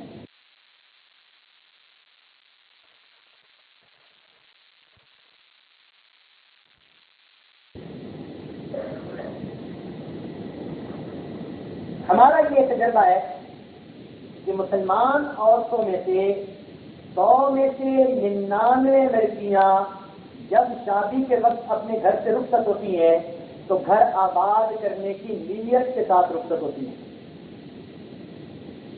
مسلمان بچیوں میں سے 100 میں سے 99 بچیاں جب ان کی رخصتی ہوتی ہے دلہن بنے ہوئے تو وہ اس نیت کے ساتھ گھر سے رخصت ہوتی ہیں کہ میں نے اپنے اگلے گھر کو آباد کرنا ہے. اب یہ خامد سے منحصر ہے, اگر اس نے کچھ اخلاقی کا مظاہرہ کیا تو بیوی نے گھر آباد کر لیا, اگر اس نے مس ہینڈل کر لیا تو گھر کو برباد کر لیا. تو یہ خامد سے منحصر ہے کہ وہ بیوی کو کیسے ڈیل کرتا ہے. ہم نے تو اسی لیے نیک بیویوں کی تو ہمیشہ یہ خواہش ہوتی ہے میت گر نہ ہو تیری تو گھبراؤں گلستہ میں, میت گر نہ ہو تیری تو گھبراؤں گلستہ میں, رہے تو ساتھ تو صحرا میں گلشن کا مزہ پاؤں.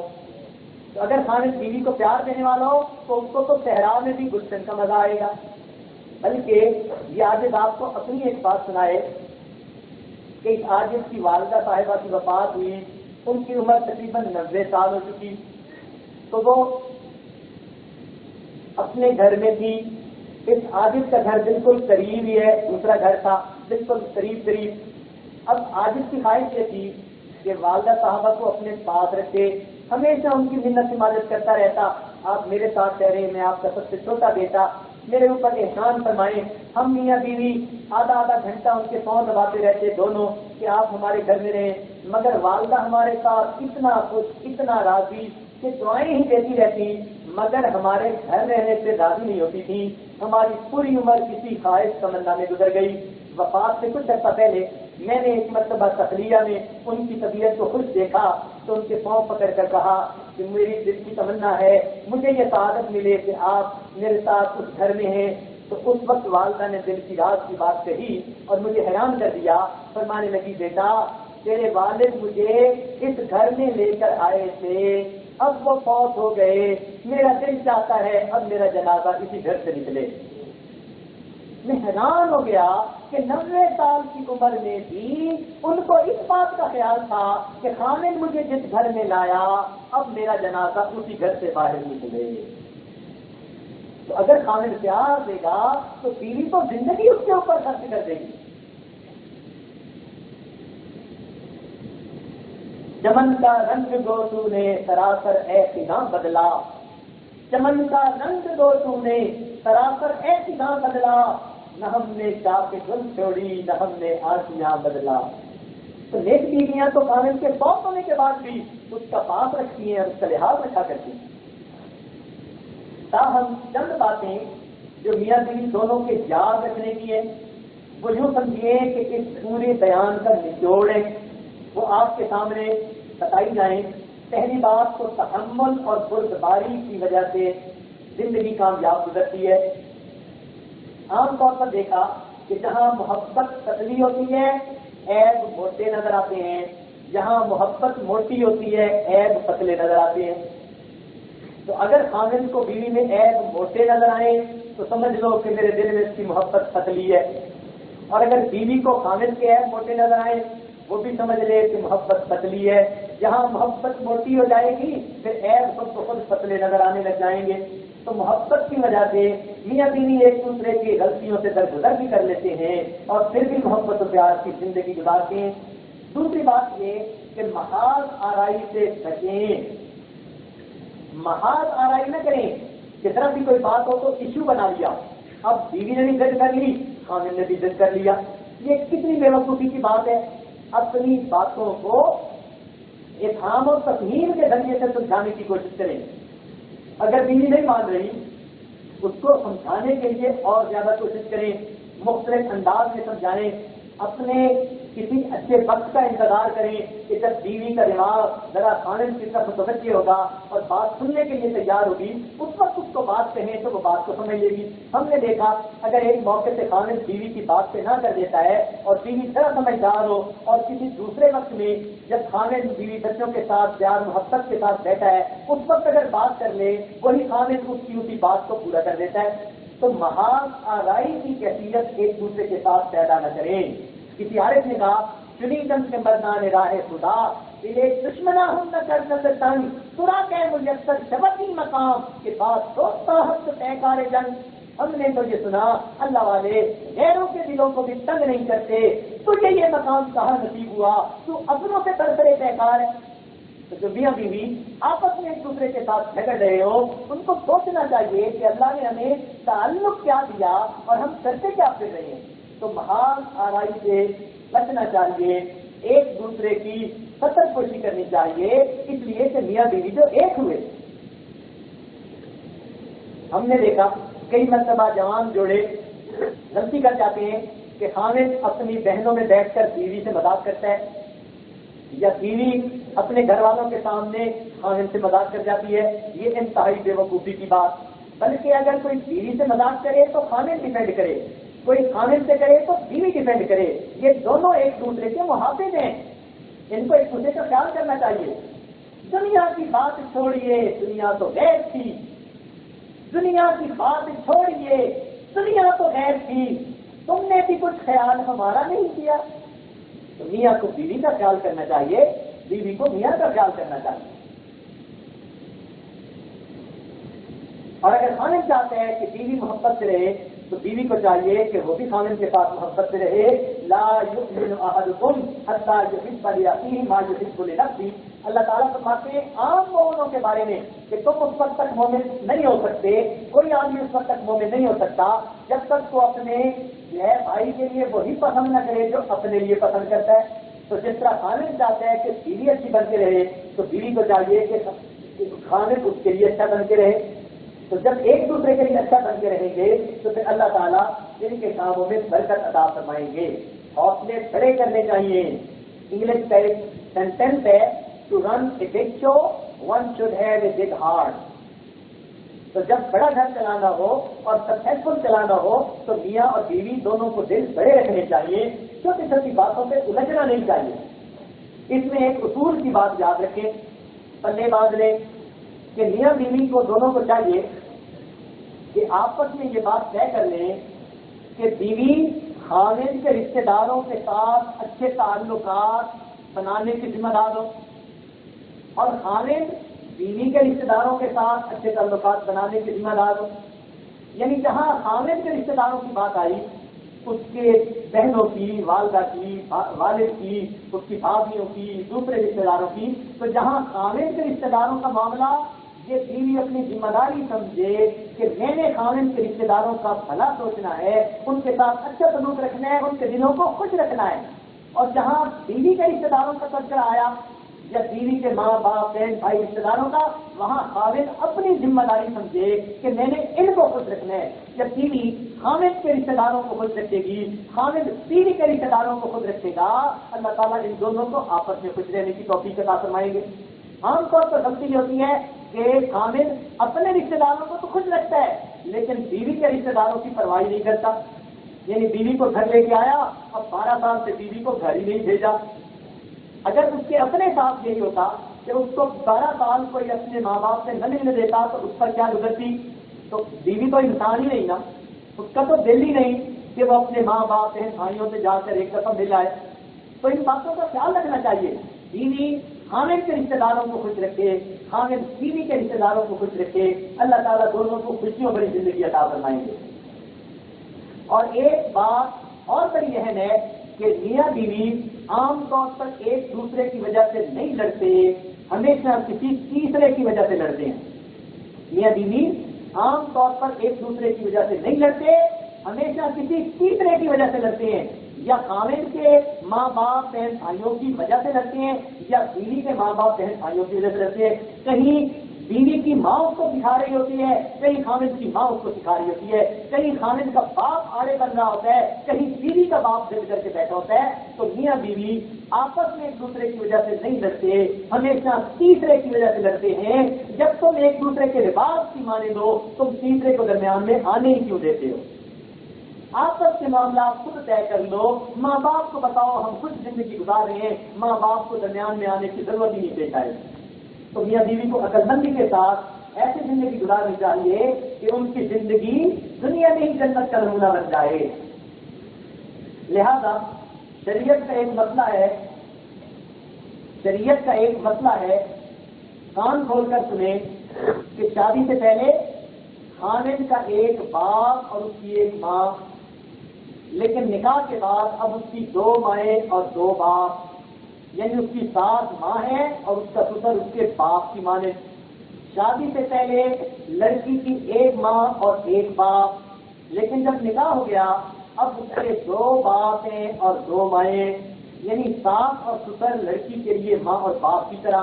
تو یاد رکھیے, جس لڑکی نے ساس اور سسر کو ماں باپ کی نظر سے دیکھنا شروع کر دیا, اس کی کبھی بھی ان کے ساتھ اکویشن خراب نہیں ہو سکتی.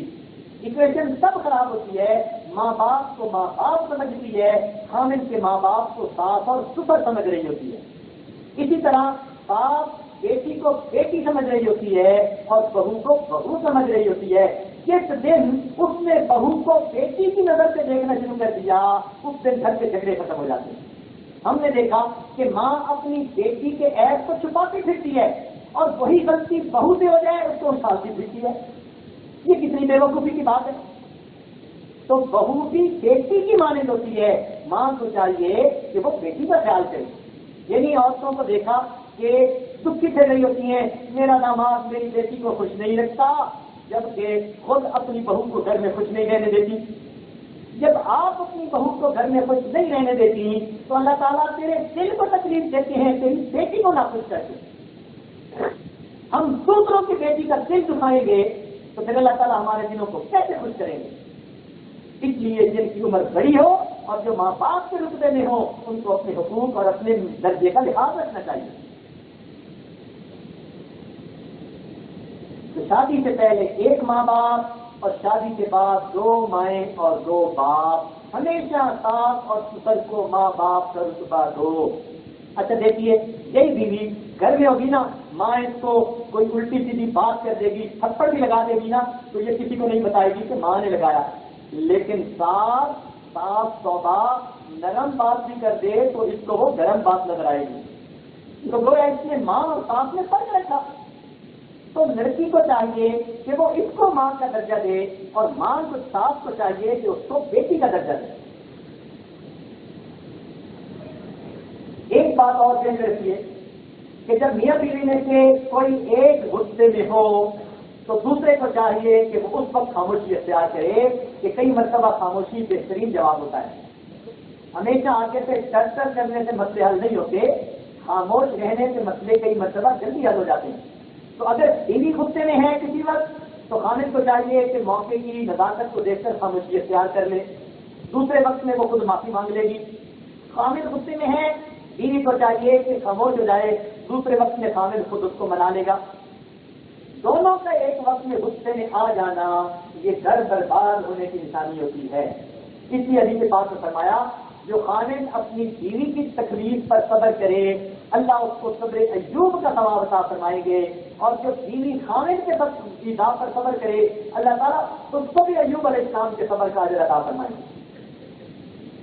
اور ایک سب سے بڑی بات کہ منفی سوچ سے بچیں، مثبت سوچ دل میں رکھیں، نیگیٹو تھنکنگ سے بچیں، پازیٹو تھنکنگ درمیان میں رکھیں۔ یہ منفی سوچ زہر کی مانند ہے، انسان کے دل کو اجاڑ دیتی ہے، اور شیطان ہمیشہ میاں بیوی کے درمیان منفی سوچ پیدا کر کے گھروں کو توڑنے میں کامیاب ہو جاتا ہے۔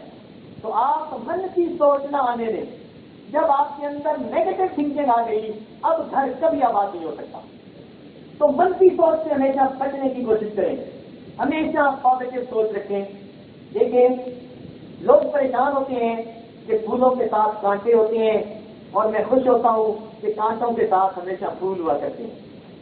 تو جس نے کہا کہ پھولوں کے ساتھ کانٹے ہوتے ہیں یہ منفی سوچ، اور جس نے کہا دیکھو کانٹوں کے ساتھ پھول بھی ہوتے ہیں یہ پازیٹو سوچ ہے۔ تو ہم پازیٹو سوچ رکھیں اور نیگیٹو سوچ سے بچنے کی کوشش کریں۔ نیگیٹو سوچ گھر برباد کر دیتی ہے۔ اب نیگیٹو سوچ کا ذرا ایک واقعہ سن لیجیے۔ ابوالحسن خرقانی رحمۃ اللہ علیہ ہمارے سلسلہ کے ایک بزرگ تھے، لیکن ان کی آزمائش کی کہ اللہ نے گھر میں ان کو بیوی بہت تیز کرار دے دی تھی، زبان کی بیچاری بہت تیز تھی، وہ اس پر صبر کرتے تھے، اور اس صبر پر اللہ نے ان کو ولایت عطا فرما دی تھی۔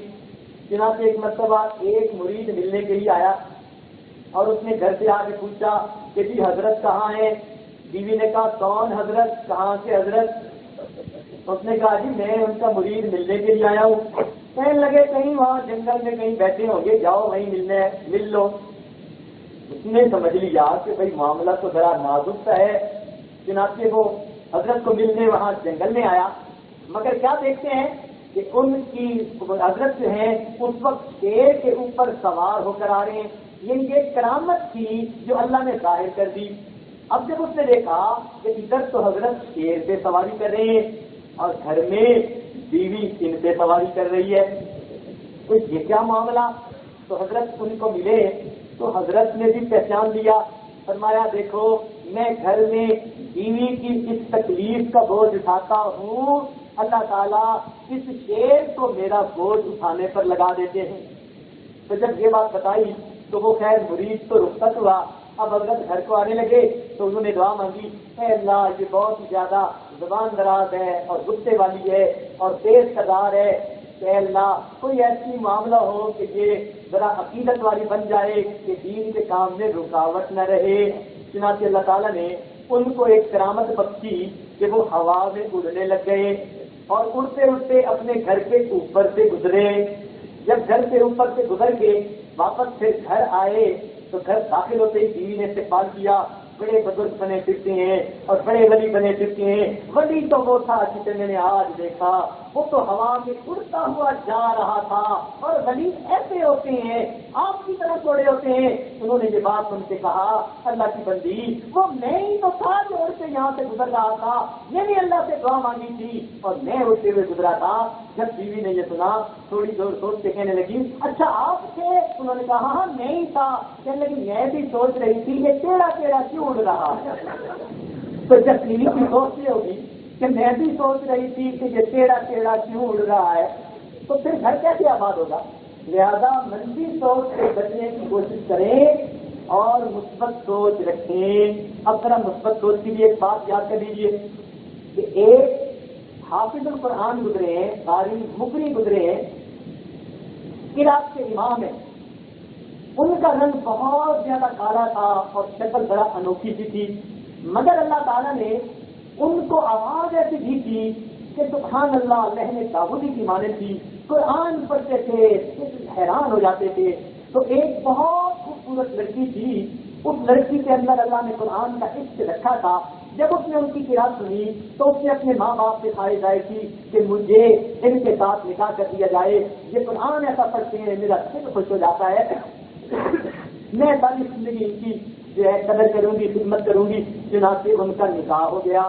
اب بیوی اتنی خوبصورت کہ لاکھوں میں کوئی ایک ایسی, اور خاوند کی شکل ایسی انوکھی کہ ایسا انوکھا بھی لاکھوں میں کوئی ایک. مگر دین کی نسبت سے رشتہ ہو گیا, زندگی گزرنے لگی.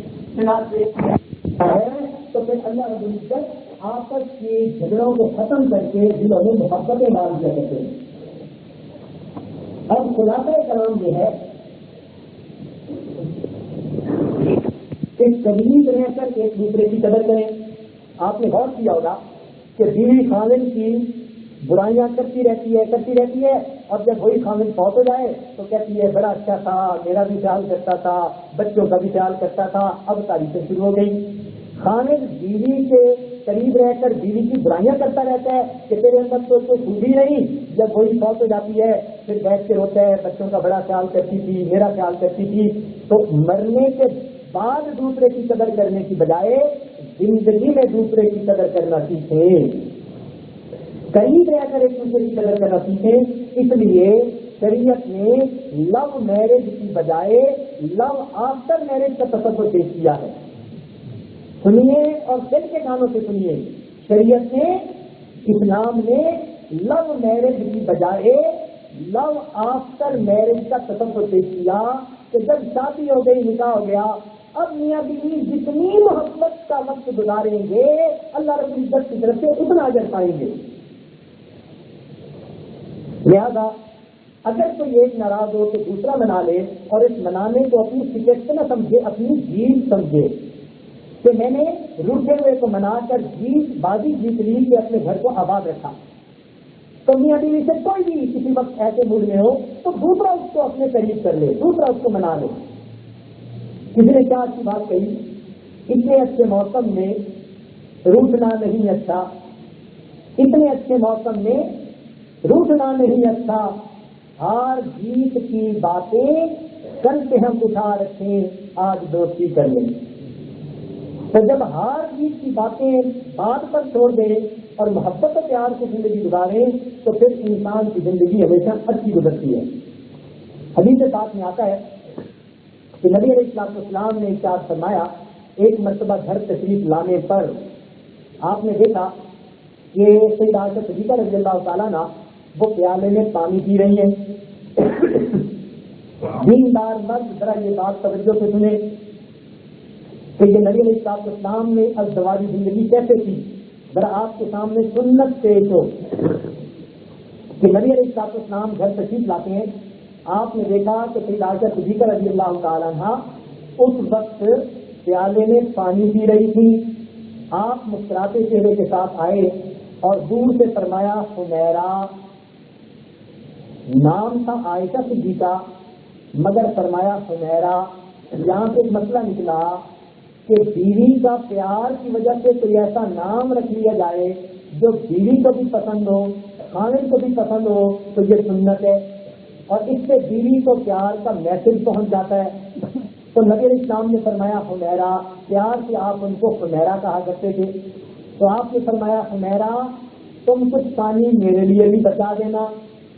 اب جھوٹا پانی تو اگر نبی علیہ السلام کا ہوتا اور بیوی پیتی تو یہ سمجھتا تھا، لیکن اللہ کے محبوب کائنات کے لیے رحمت بن کر آئے، وہ رحمت للعالمین اپنی زوجہ سے فرماتے ہیں عائشہ تم اپنا کچھ پانی میرے لیے بچا دینا۔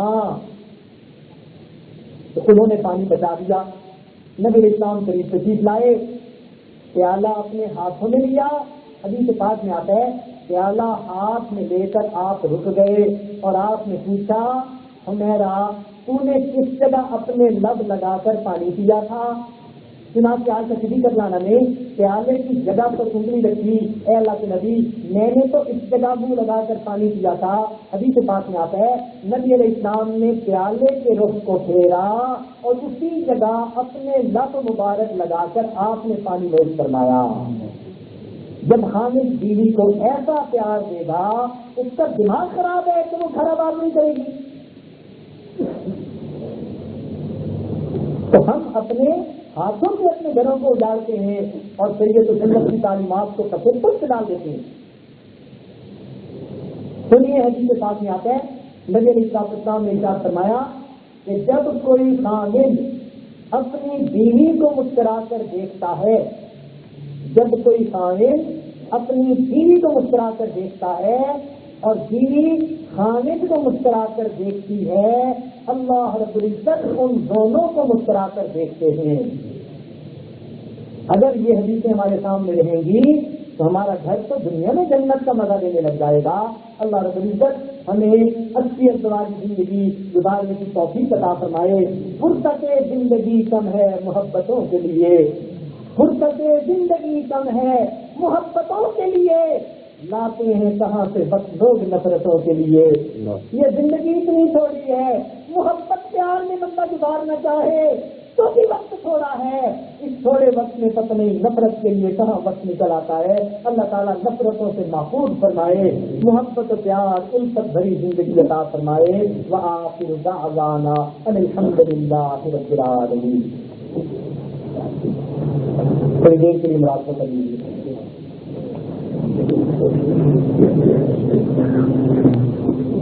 آنکھوں کو بند کر لیجیے، سب کو جھکا لیجیے، دنیا اور جو کچھ دنیا میں ہے اس سے حد تک کے اللہ تعالیٰ کی یاد مل جائیے۔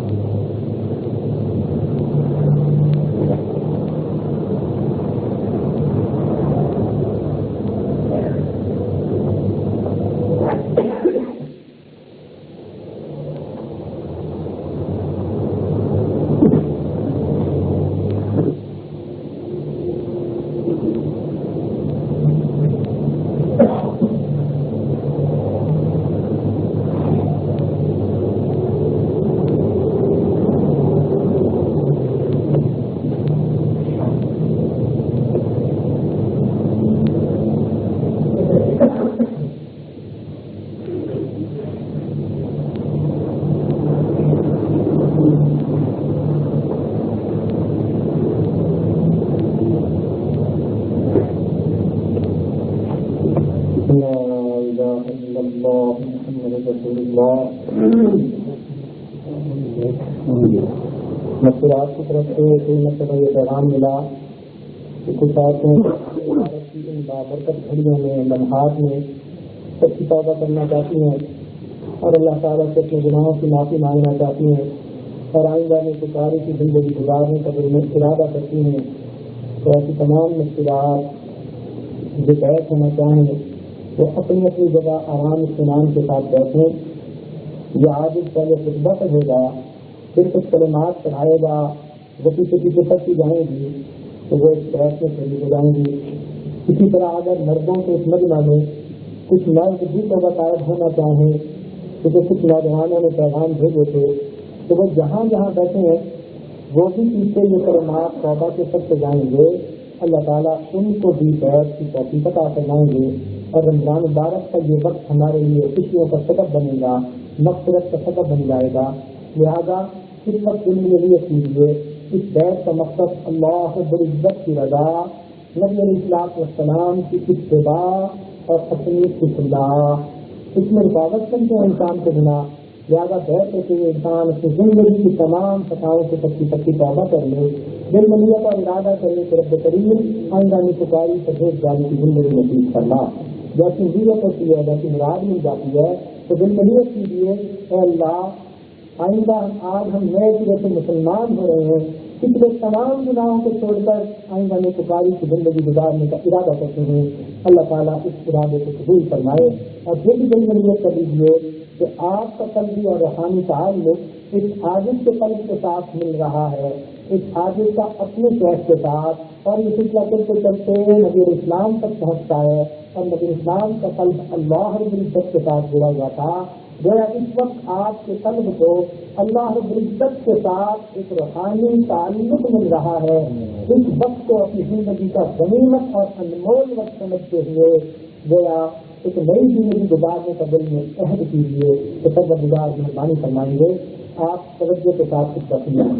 الحمد للہ نحمده ونستعینه ونستغفره ونؤمن به ونتوکل علیہ ونعوذ باللہ من شرور انفسنا ومن سیئات اعمالنا من يهده الله فلا مضل له ومن يضلل فلا هادي له ونشهد أن لا إله إلا الله وحده لا شريك له ونشهد أن سيدنا ومولانا محمدا عبده ورسوله أما بعد أعوذ بالله من الشيطان الرجيم بسم الله الرحمن الرحيم إن الذين يبايعونك إنما يبايعون الله يد الله فوق أيديهم سبحان ربك رب العزة عما يصفون وسلام على المرسلين والحمد لله رب العالمين اللهم صل على سيدنا ومولانا محمد وعلى آل سيدنا ومولانا محمد وبارك وسلم۔ یہ کلمات سچے دل کے ساتھ کسی پکڑیے۔ بسم اللہ الرحمن الرحیم، لا الہ الا اللہ محمد رسول اللہ، آمنت باللہ وملائکتہ وکتبہ ورسلہ والیوم الآخر والقدر خیرہ وشرہ من اللہ تعالی والبعث بعد الموت، آمنت باللہ کما ہوا بأسمائہ وصفاتہ وقبلت جمیع احکامہ اقرارا باللسان وتصدیقا بالقلب، أشهد أن لا إله إلا الله وأشهد أن محمدا عبده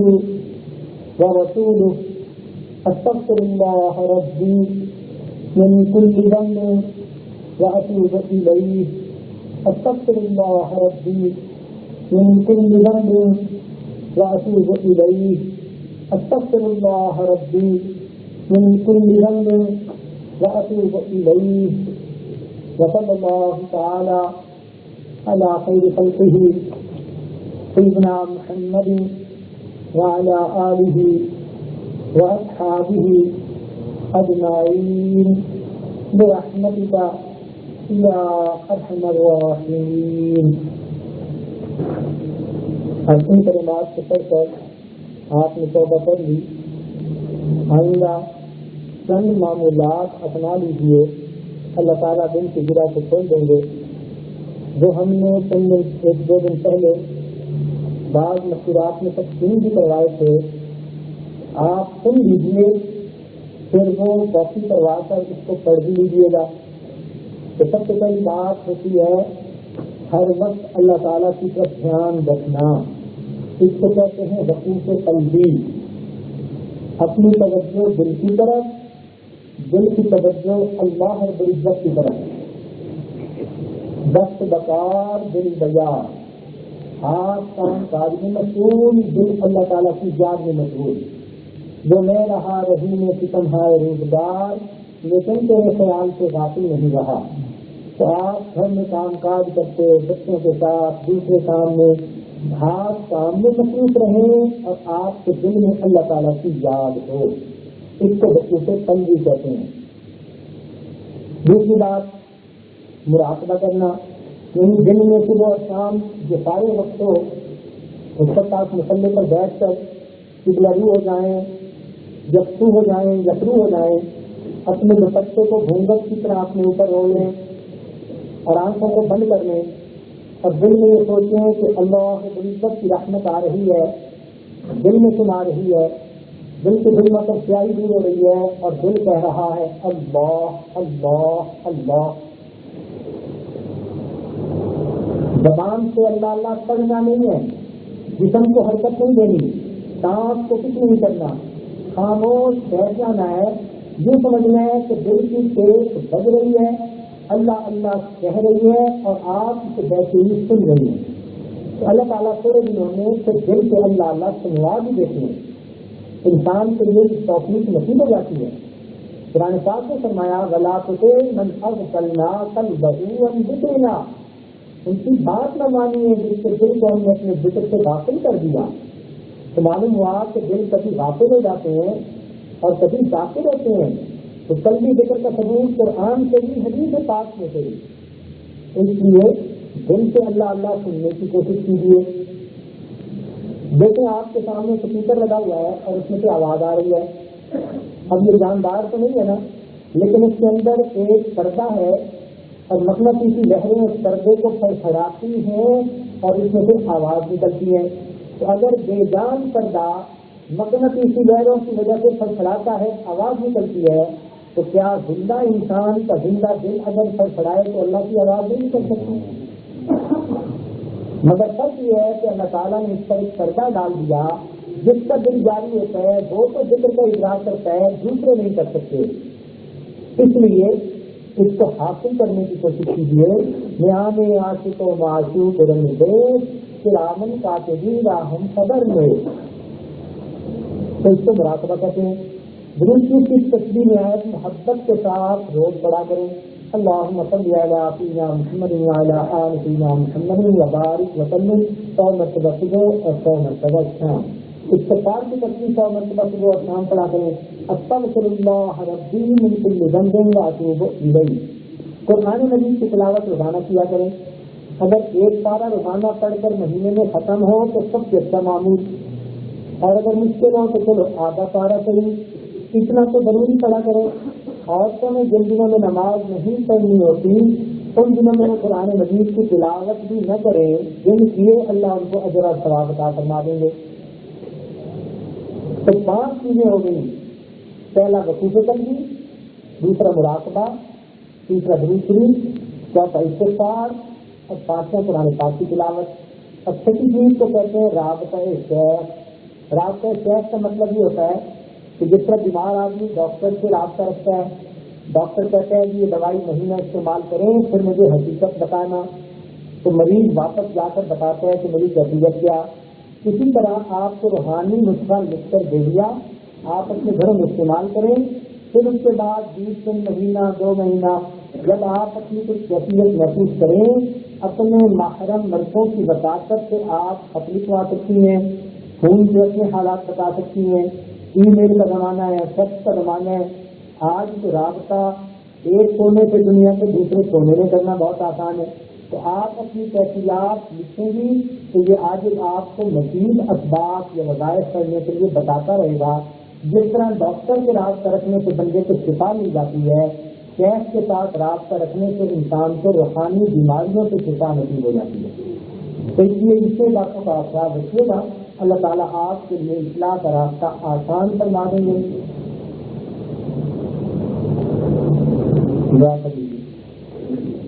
سبحان ربي اللهم صل على سيدنا محمد وعلى آل سيدنا محمد وبارك وسلم. ربنا ظلمنا أنفسنا وإن لم تغفر لنا وترحمنا لنكونن من الخاسرين. ربنا لا تزغ قلوبنا بعد إذ هديتنا وهب لنا من لدنك رحمة إنك أنت الوهاب. اے اللہ ہمارے گناہوں کو معاف کرنا، خطاؤں سے درگزر کرنا، ہمارے عیبوں کی پردہ کرنا. رب کریم ہماری نگاہوں کو پاک کرنا، دلوں کو صاف کرنا، سینوں کو اپنی محبت لبریز کرنا، اپنی اختیارات ہمارے سینوں میں پیدا کرنا. مالک رمضان مبارک کے روزوں کو قبول کرنا، تراویح کو قبول کرنا. اللہ ہماری مغفرت کرنا. اللہ جبریل علیہ السلام نے بدعا دی برباد ہو جائے وہ جب جس نے رمضان کا مہینہ پایا اور اپنی مغفرت نہ کروائی. اللہ ہمیں کیا معلوم ہماری مغفرت ہوئی یا نہیں.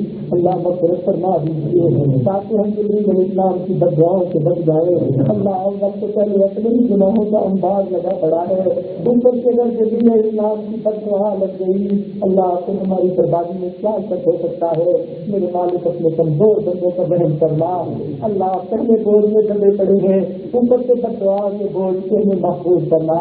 اللہ ہماری مغفرت کرنا تاکہ ہم اس بددعا سے نکل جائے.